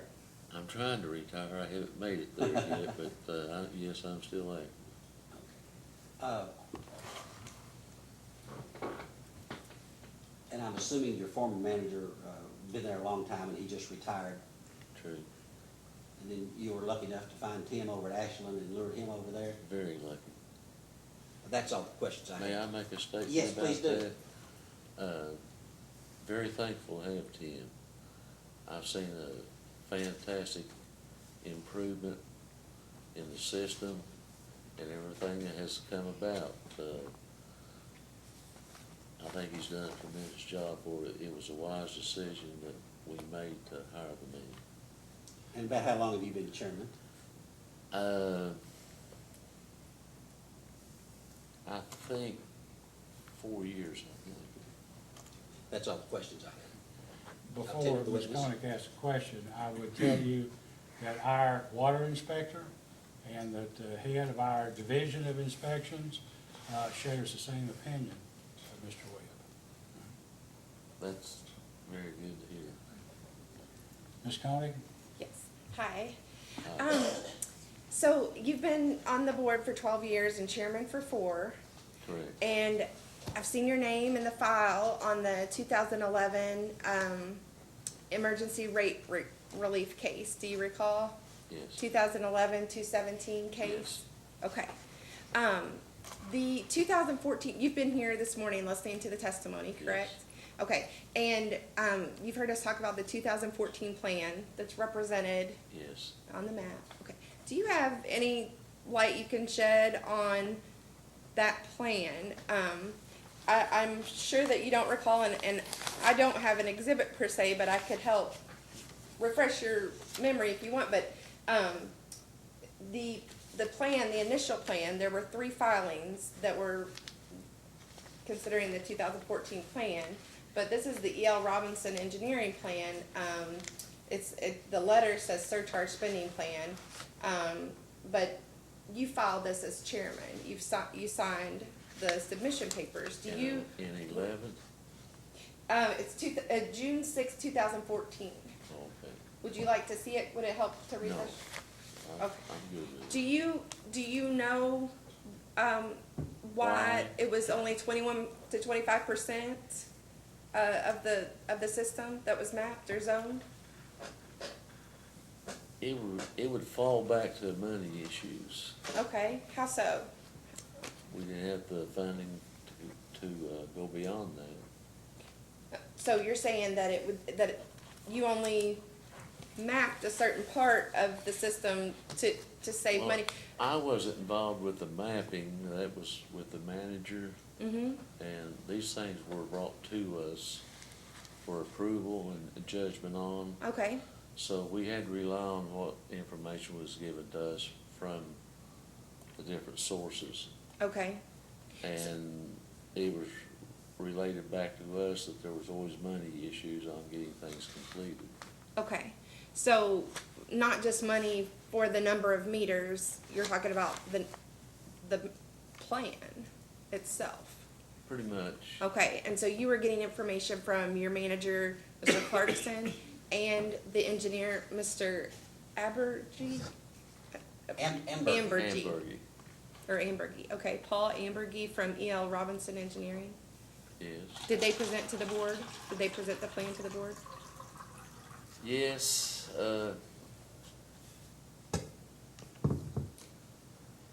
the amount of complete information that was brought to us, may not have been as good as what it possibly should have been or could have been. Okay, I feel like we were left out in the dark a lot of times. Okay, well, that's good to know, because we wanna improve the situation, right? Right. And, so another question I have about the information that you received, were you aware of the requirements of the PSC order? No, Was that, ma'am. was that communicated? Myself personally, Yes, no, ma'am. okay. Did you have a lawyer advising the board at that time? We had a lawyer, yes, we've always had a lawyer, advising in which way, Well, you were involved in a rate case, right? and that, it looks to be on the documents from the rate case, that it was an ARF, but, or no, I'm sorry, it was a emergency rate relief Right. case, but there was a hearing. I was here at the hearing. Okay. I came down with them, and our lawyer came down with them. And maybe the easiest way I can answer that is, the lawyer didn't open his mouth during the whole thing. Okay. So Does did that you, answer your question? Pardon? I didn't think lawyers could keep their mouths closed. I'd rather not go there. No, I don't think we were legally represented as well as we needed to be. okay, It was disturbing to think that we brought someone here for such a rate case, and nothing was ever mentioned, and then we had to pay him oh, an amount that I didn't think was suitable for what representation he gave us. okay. I know that Mr. Webb testified that he gives reports to the, Board Yes, of Commissioners now. Did your former manager do the same thing, or have the same practice? Yes, ma'am, but I can't sit here and say that they were complete and totally accurate.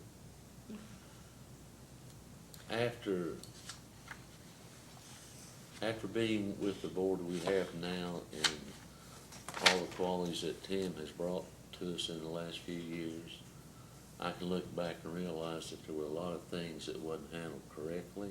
Okay, A lot of things that wasn't presented that we was unaware of at those times. mhm, But those are mistakes that are gone by, sure, and with what we have now, it's looking a lot brighter. okay, understood. Okay, well, the only thing, and you said you weren't aware of the requirements of the order, but, and we've talked about the unaccounted for water loss reduction plan, the comprehensive plan that we're hoping to get to after you do the phase one and find out where the leaks are. Was that ever discussed, the comprehensive unaccounted for water loss reduction plan? You mean in 14? Well, ongoing, it's been requested throughout. You were ordered in August 2014. The water losses have always been discussed. Even back before 10, we always had, in our meetings, we always had a water loss report. They weren't good, but Was it- we've always had water loss reports. Okay, was it ever in terms of a plan moving forward, before Mr. Webb, I guess? As much as going out and hunting for leaks, yes. A plan like you're looking at with Tim, what we've presented now, no. Okay.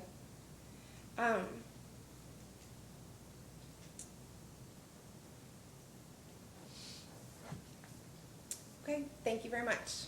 I don't have any further questions. Mr. Cicero? Morning or afternoon or whatever it is. Good morning. Did, I hear you say something about Haverhill? Are you from there? No, but I worked at the US Steel plant there Oh, for about okay. 3 years, so Okay. So you know the area? you know the area, yes. Have all the commissioners received their training? Pardon? The training that the commission offers? Yes.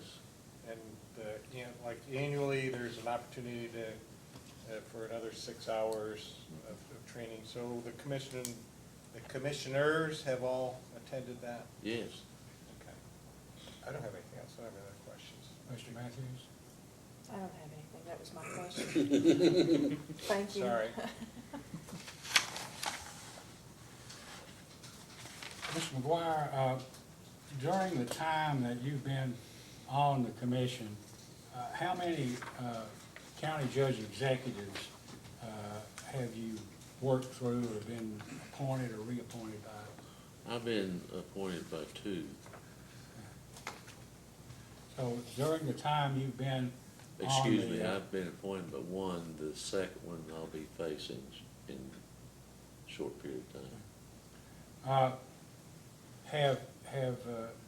Have you ever been approached by a county judge executive or fiscal court member or local politician and asked to basically not raise rates or not take some action that costs money because to do so might be looked upon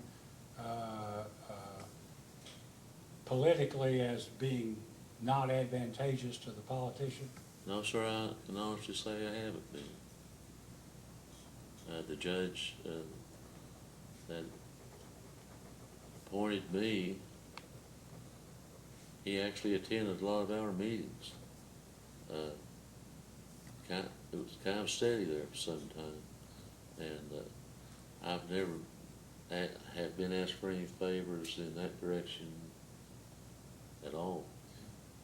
Well, we started, I guess, I don't know if it was 2016 or 17, we started doing 2 things. One, we became more interested in water districts in an attempt to see that the resiliency of the system and the quality of water produced was as much as possible consistent statewide, believing that people in Cannonsburg's district ought to have the same quality water as they do in Louisville or Frankfort or Lexington at a reasonable price. And also, we started getting serious about natural gas system inspections. And in doing so, sometimes the fiscal courts would say, well, we had no idea. So we started sending your inspection reports not only to you all. They used to just go to the manager, but now they're supposed to go to the manager, the chairman, the county judge, and the fiscal court members, so that people can't say, I didn't know they had a problem. So the whole point is to try to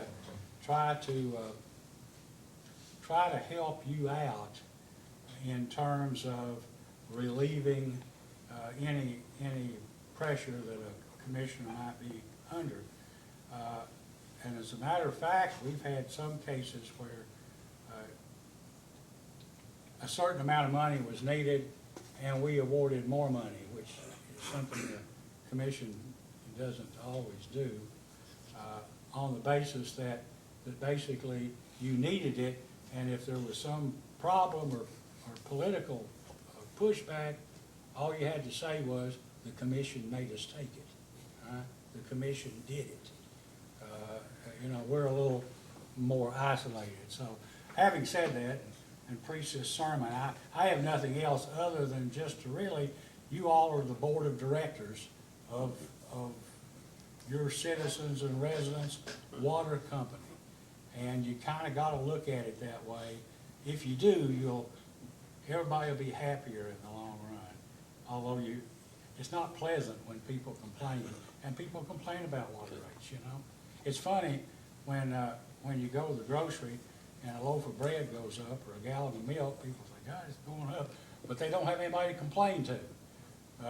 But they know where you live, right? And they see you on the Yes. street, and it makes it a little harder. Thank you, that's all. You would excuse. Thank you. Thank you. That's your case, Your Honor. All right, anything from any of the other commissioners that you'd want to, any of the commissioners have anything to say, or anything you want to add, or any issue if you do? May I say something? Yes, you may, yes, you may.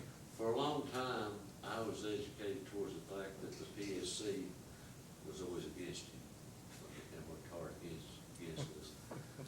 But in recent years, I have learned the opposite, and I'd like to praise you a little bit for being the way you really are, and I was not aware of it. I truly think you're here to help the public. I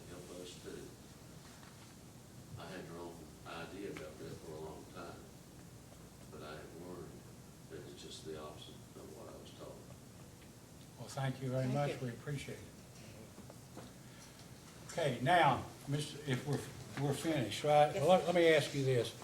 I know you need the rate increase and when you must have gotten here about 7:30 this morning, because when I came in the court late, I guess I saw Mr. Webb and a couple people in the parking lot, and I came in and talked to you and mentioned the surcharge issue. Yes. Personally, unless you know of something to the contrary, I don't know of any reason that the rate increase that you've requested, that staff has recommended, that it shouldn't be go ahead and put in place, and we can leave the surcharge open or grant some amount of money with the surcharge with the proviso that it go up or down depending on when Bell Engineering's final report and you get some idea. I mean, we could grant $4, and then if you needed $5 or you didn't need as much, you could file something with the commission, and unless you've got some objection to that. No, indeed, and that was, my closing argument was to just ask, is there any way that the commission can go ahead and issue an order as soon as possible, putting into effect the rates recommended in the staff report? And either put a motion for a surcharge in abeyance or grant us the $4, and then after we produce more information, make an adjustment at that time. I just don't want our lack of having a definite plan and exact cost hold up the rate case. That's my main objective is. Well, I don't think any of us want to do that. Good. Thank you. So, I mean, I don't know, I guess we have to ultimately discuss it, but doing something like, I mean, if you get something on the surcharge now, at least you've got money going into the bank that you can build up and use in order to help pay. And that would certainly help us get a loan from KIA or somebody else, because if we don't have that, if we gotta go to KIA and say, we think we're gonna get a loan, a surcharge from the PSC for $4 or $5, and we don't know whether it's gonna be 4 years or 5 years, if we can get the surcharge for a certain amount for at least 4 years, then we can take that and get us a loan and move on and get, phase one's gotta get in the ground as quick as possible, in my opinion. Well, a surcharge, seems to me, could be granted subject to, within a certain reasonable period of time, 3 months, 4 months, getting Yes. the plan and the estimate Yes. from you, from Bell through you, and then if we didn't get it, then basically we just cancel the surcharge and you refund the money. That's perfect. And then while that's taking place, then we can, knowing that the surcharge, we can get our financing lined up, then I get my certificate case in here with the plans and specs and the financing part of it, and can submit that. And it would just all work together then. I don't know talking about your chairman, Mr. McGuire, sometimes and we had a meeting the other day, just with staff, and it always seemed to me, if I were a commissioner or on a commission, and I'd say, I'm here and I've got my manager, and we don't know much about the Public Service Commission because we only see them once every few years, and we don't like to go down there because we have to, all kinds of cane about a rate and do all that stuff. Well, so what, you're kind of left on your own, and you say, I don't know what to do, I don't know what help is available, and I don't know how I'll be treated. But the attitude that we've tried to portray is that we're here to help, and if the commission, as opposed to, everybody used to have informal conferences with staff, which is a good thing, but the commissioners only know what the staff tells you. And one of the things about we wanted to have this hearing is we wanted to meet you and hear from the horse's mouth ourselves, because we ultimately have to make the decision. So I understand you kind of feel helpless and you don't know what somebody's willing to do. But I think we're willing to help any water district in the state that needs help and will actually try to help themselves. That's not a universal feeling that we run into all the time. But in any event, I think that's fine if there's you find no issue with that, Ms. Koenig, is that correct? No. Commissioners, anything else that you, One thing I would like is for, as you go through these next few steps, document it. And maybe that's something we can use with our other cases that are going on. Some lessons learned, some best practices, some, because you're a little bit ahead of those other projects or those other districts that were of concern, are of concern. So, seeing you succeed and learning lessons from what you're doing could help inform us with the others. Commissioners, I told Mr. Talley this morning when I came in, first thing I said is, isn't it true, Mr. Talley? I said, we're looking for a success story. Yes, We indeed. really want to see somebody out there succeed, because I think it may,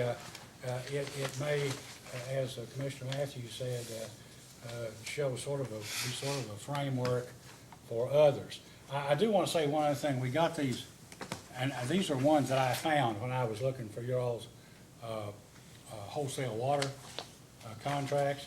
And I guess Ms. Koenig just found them, but I'd found, these are the ones I saw a week or so ago.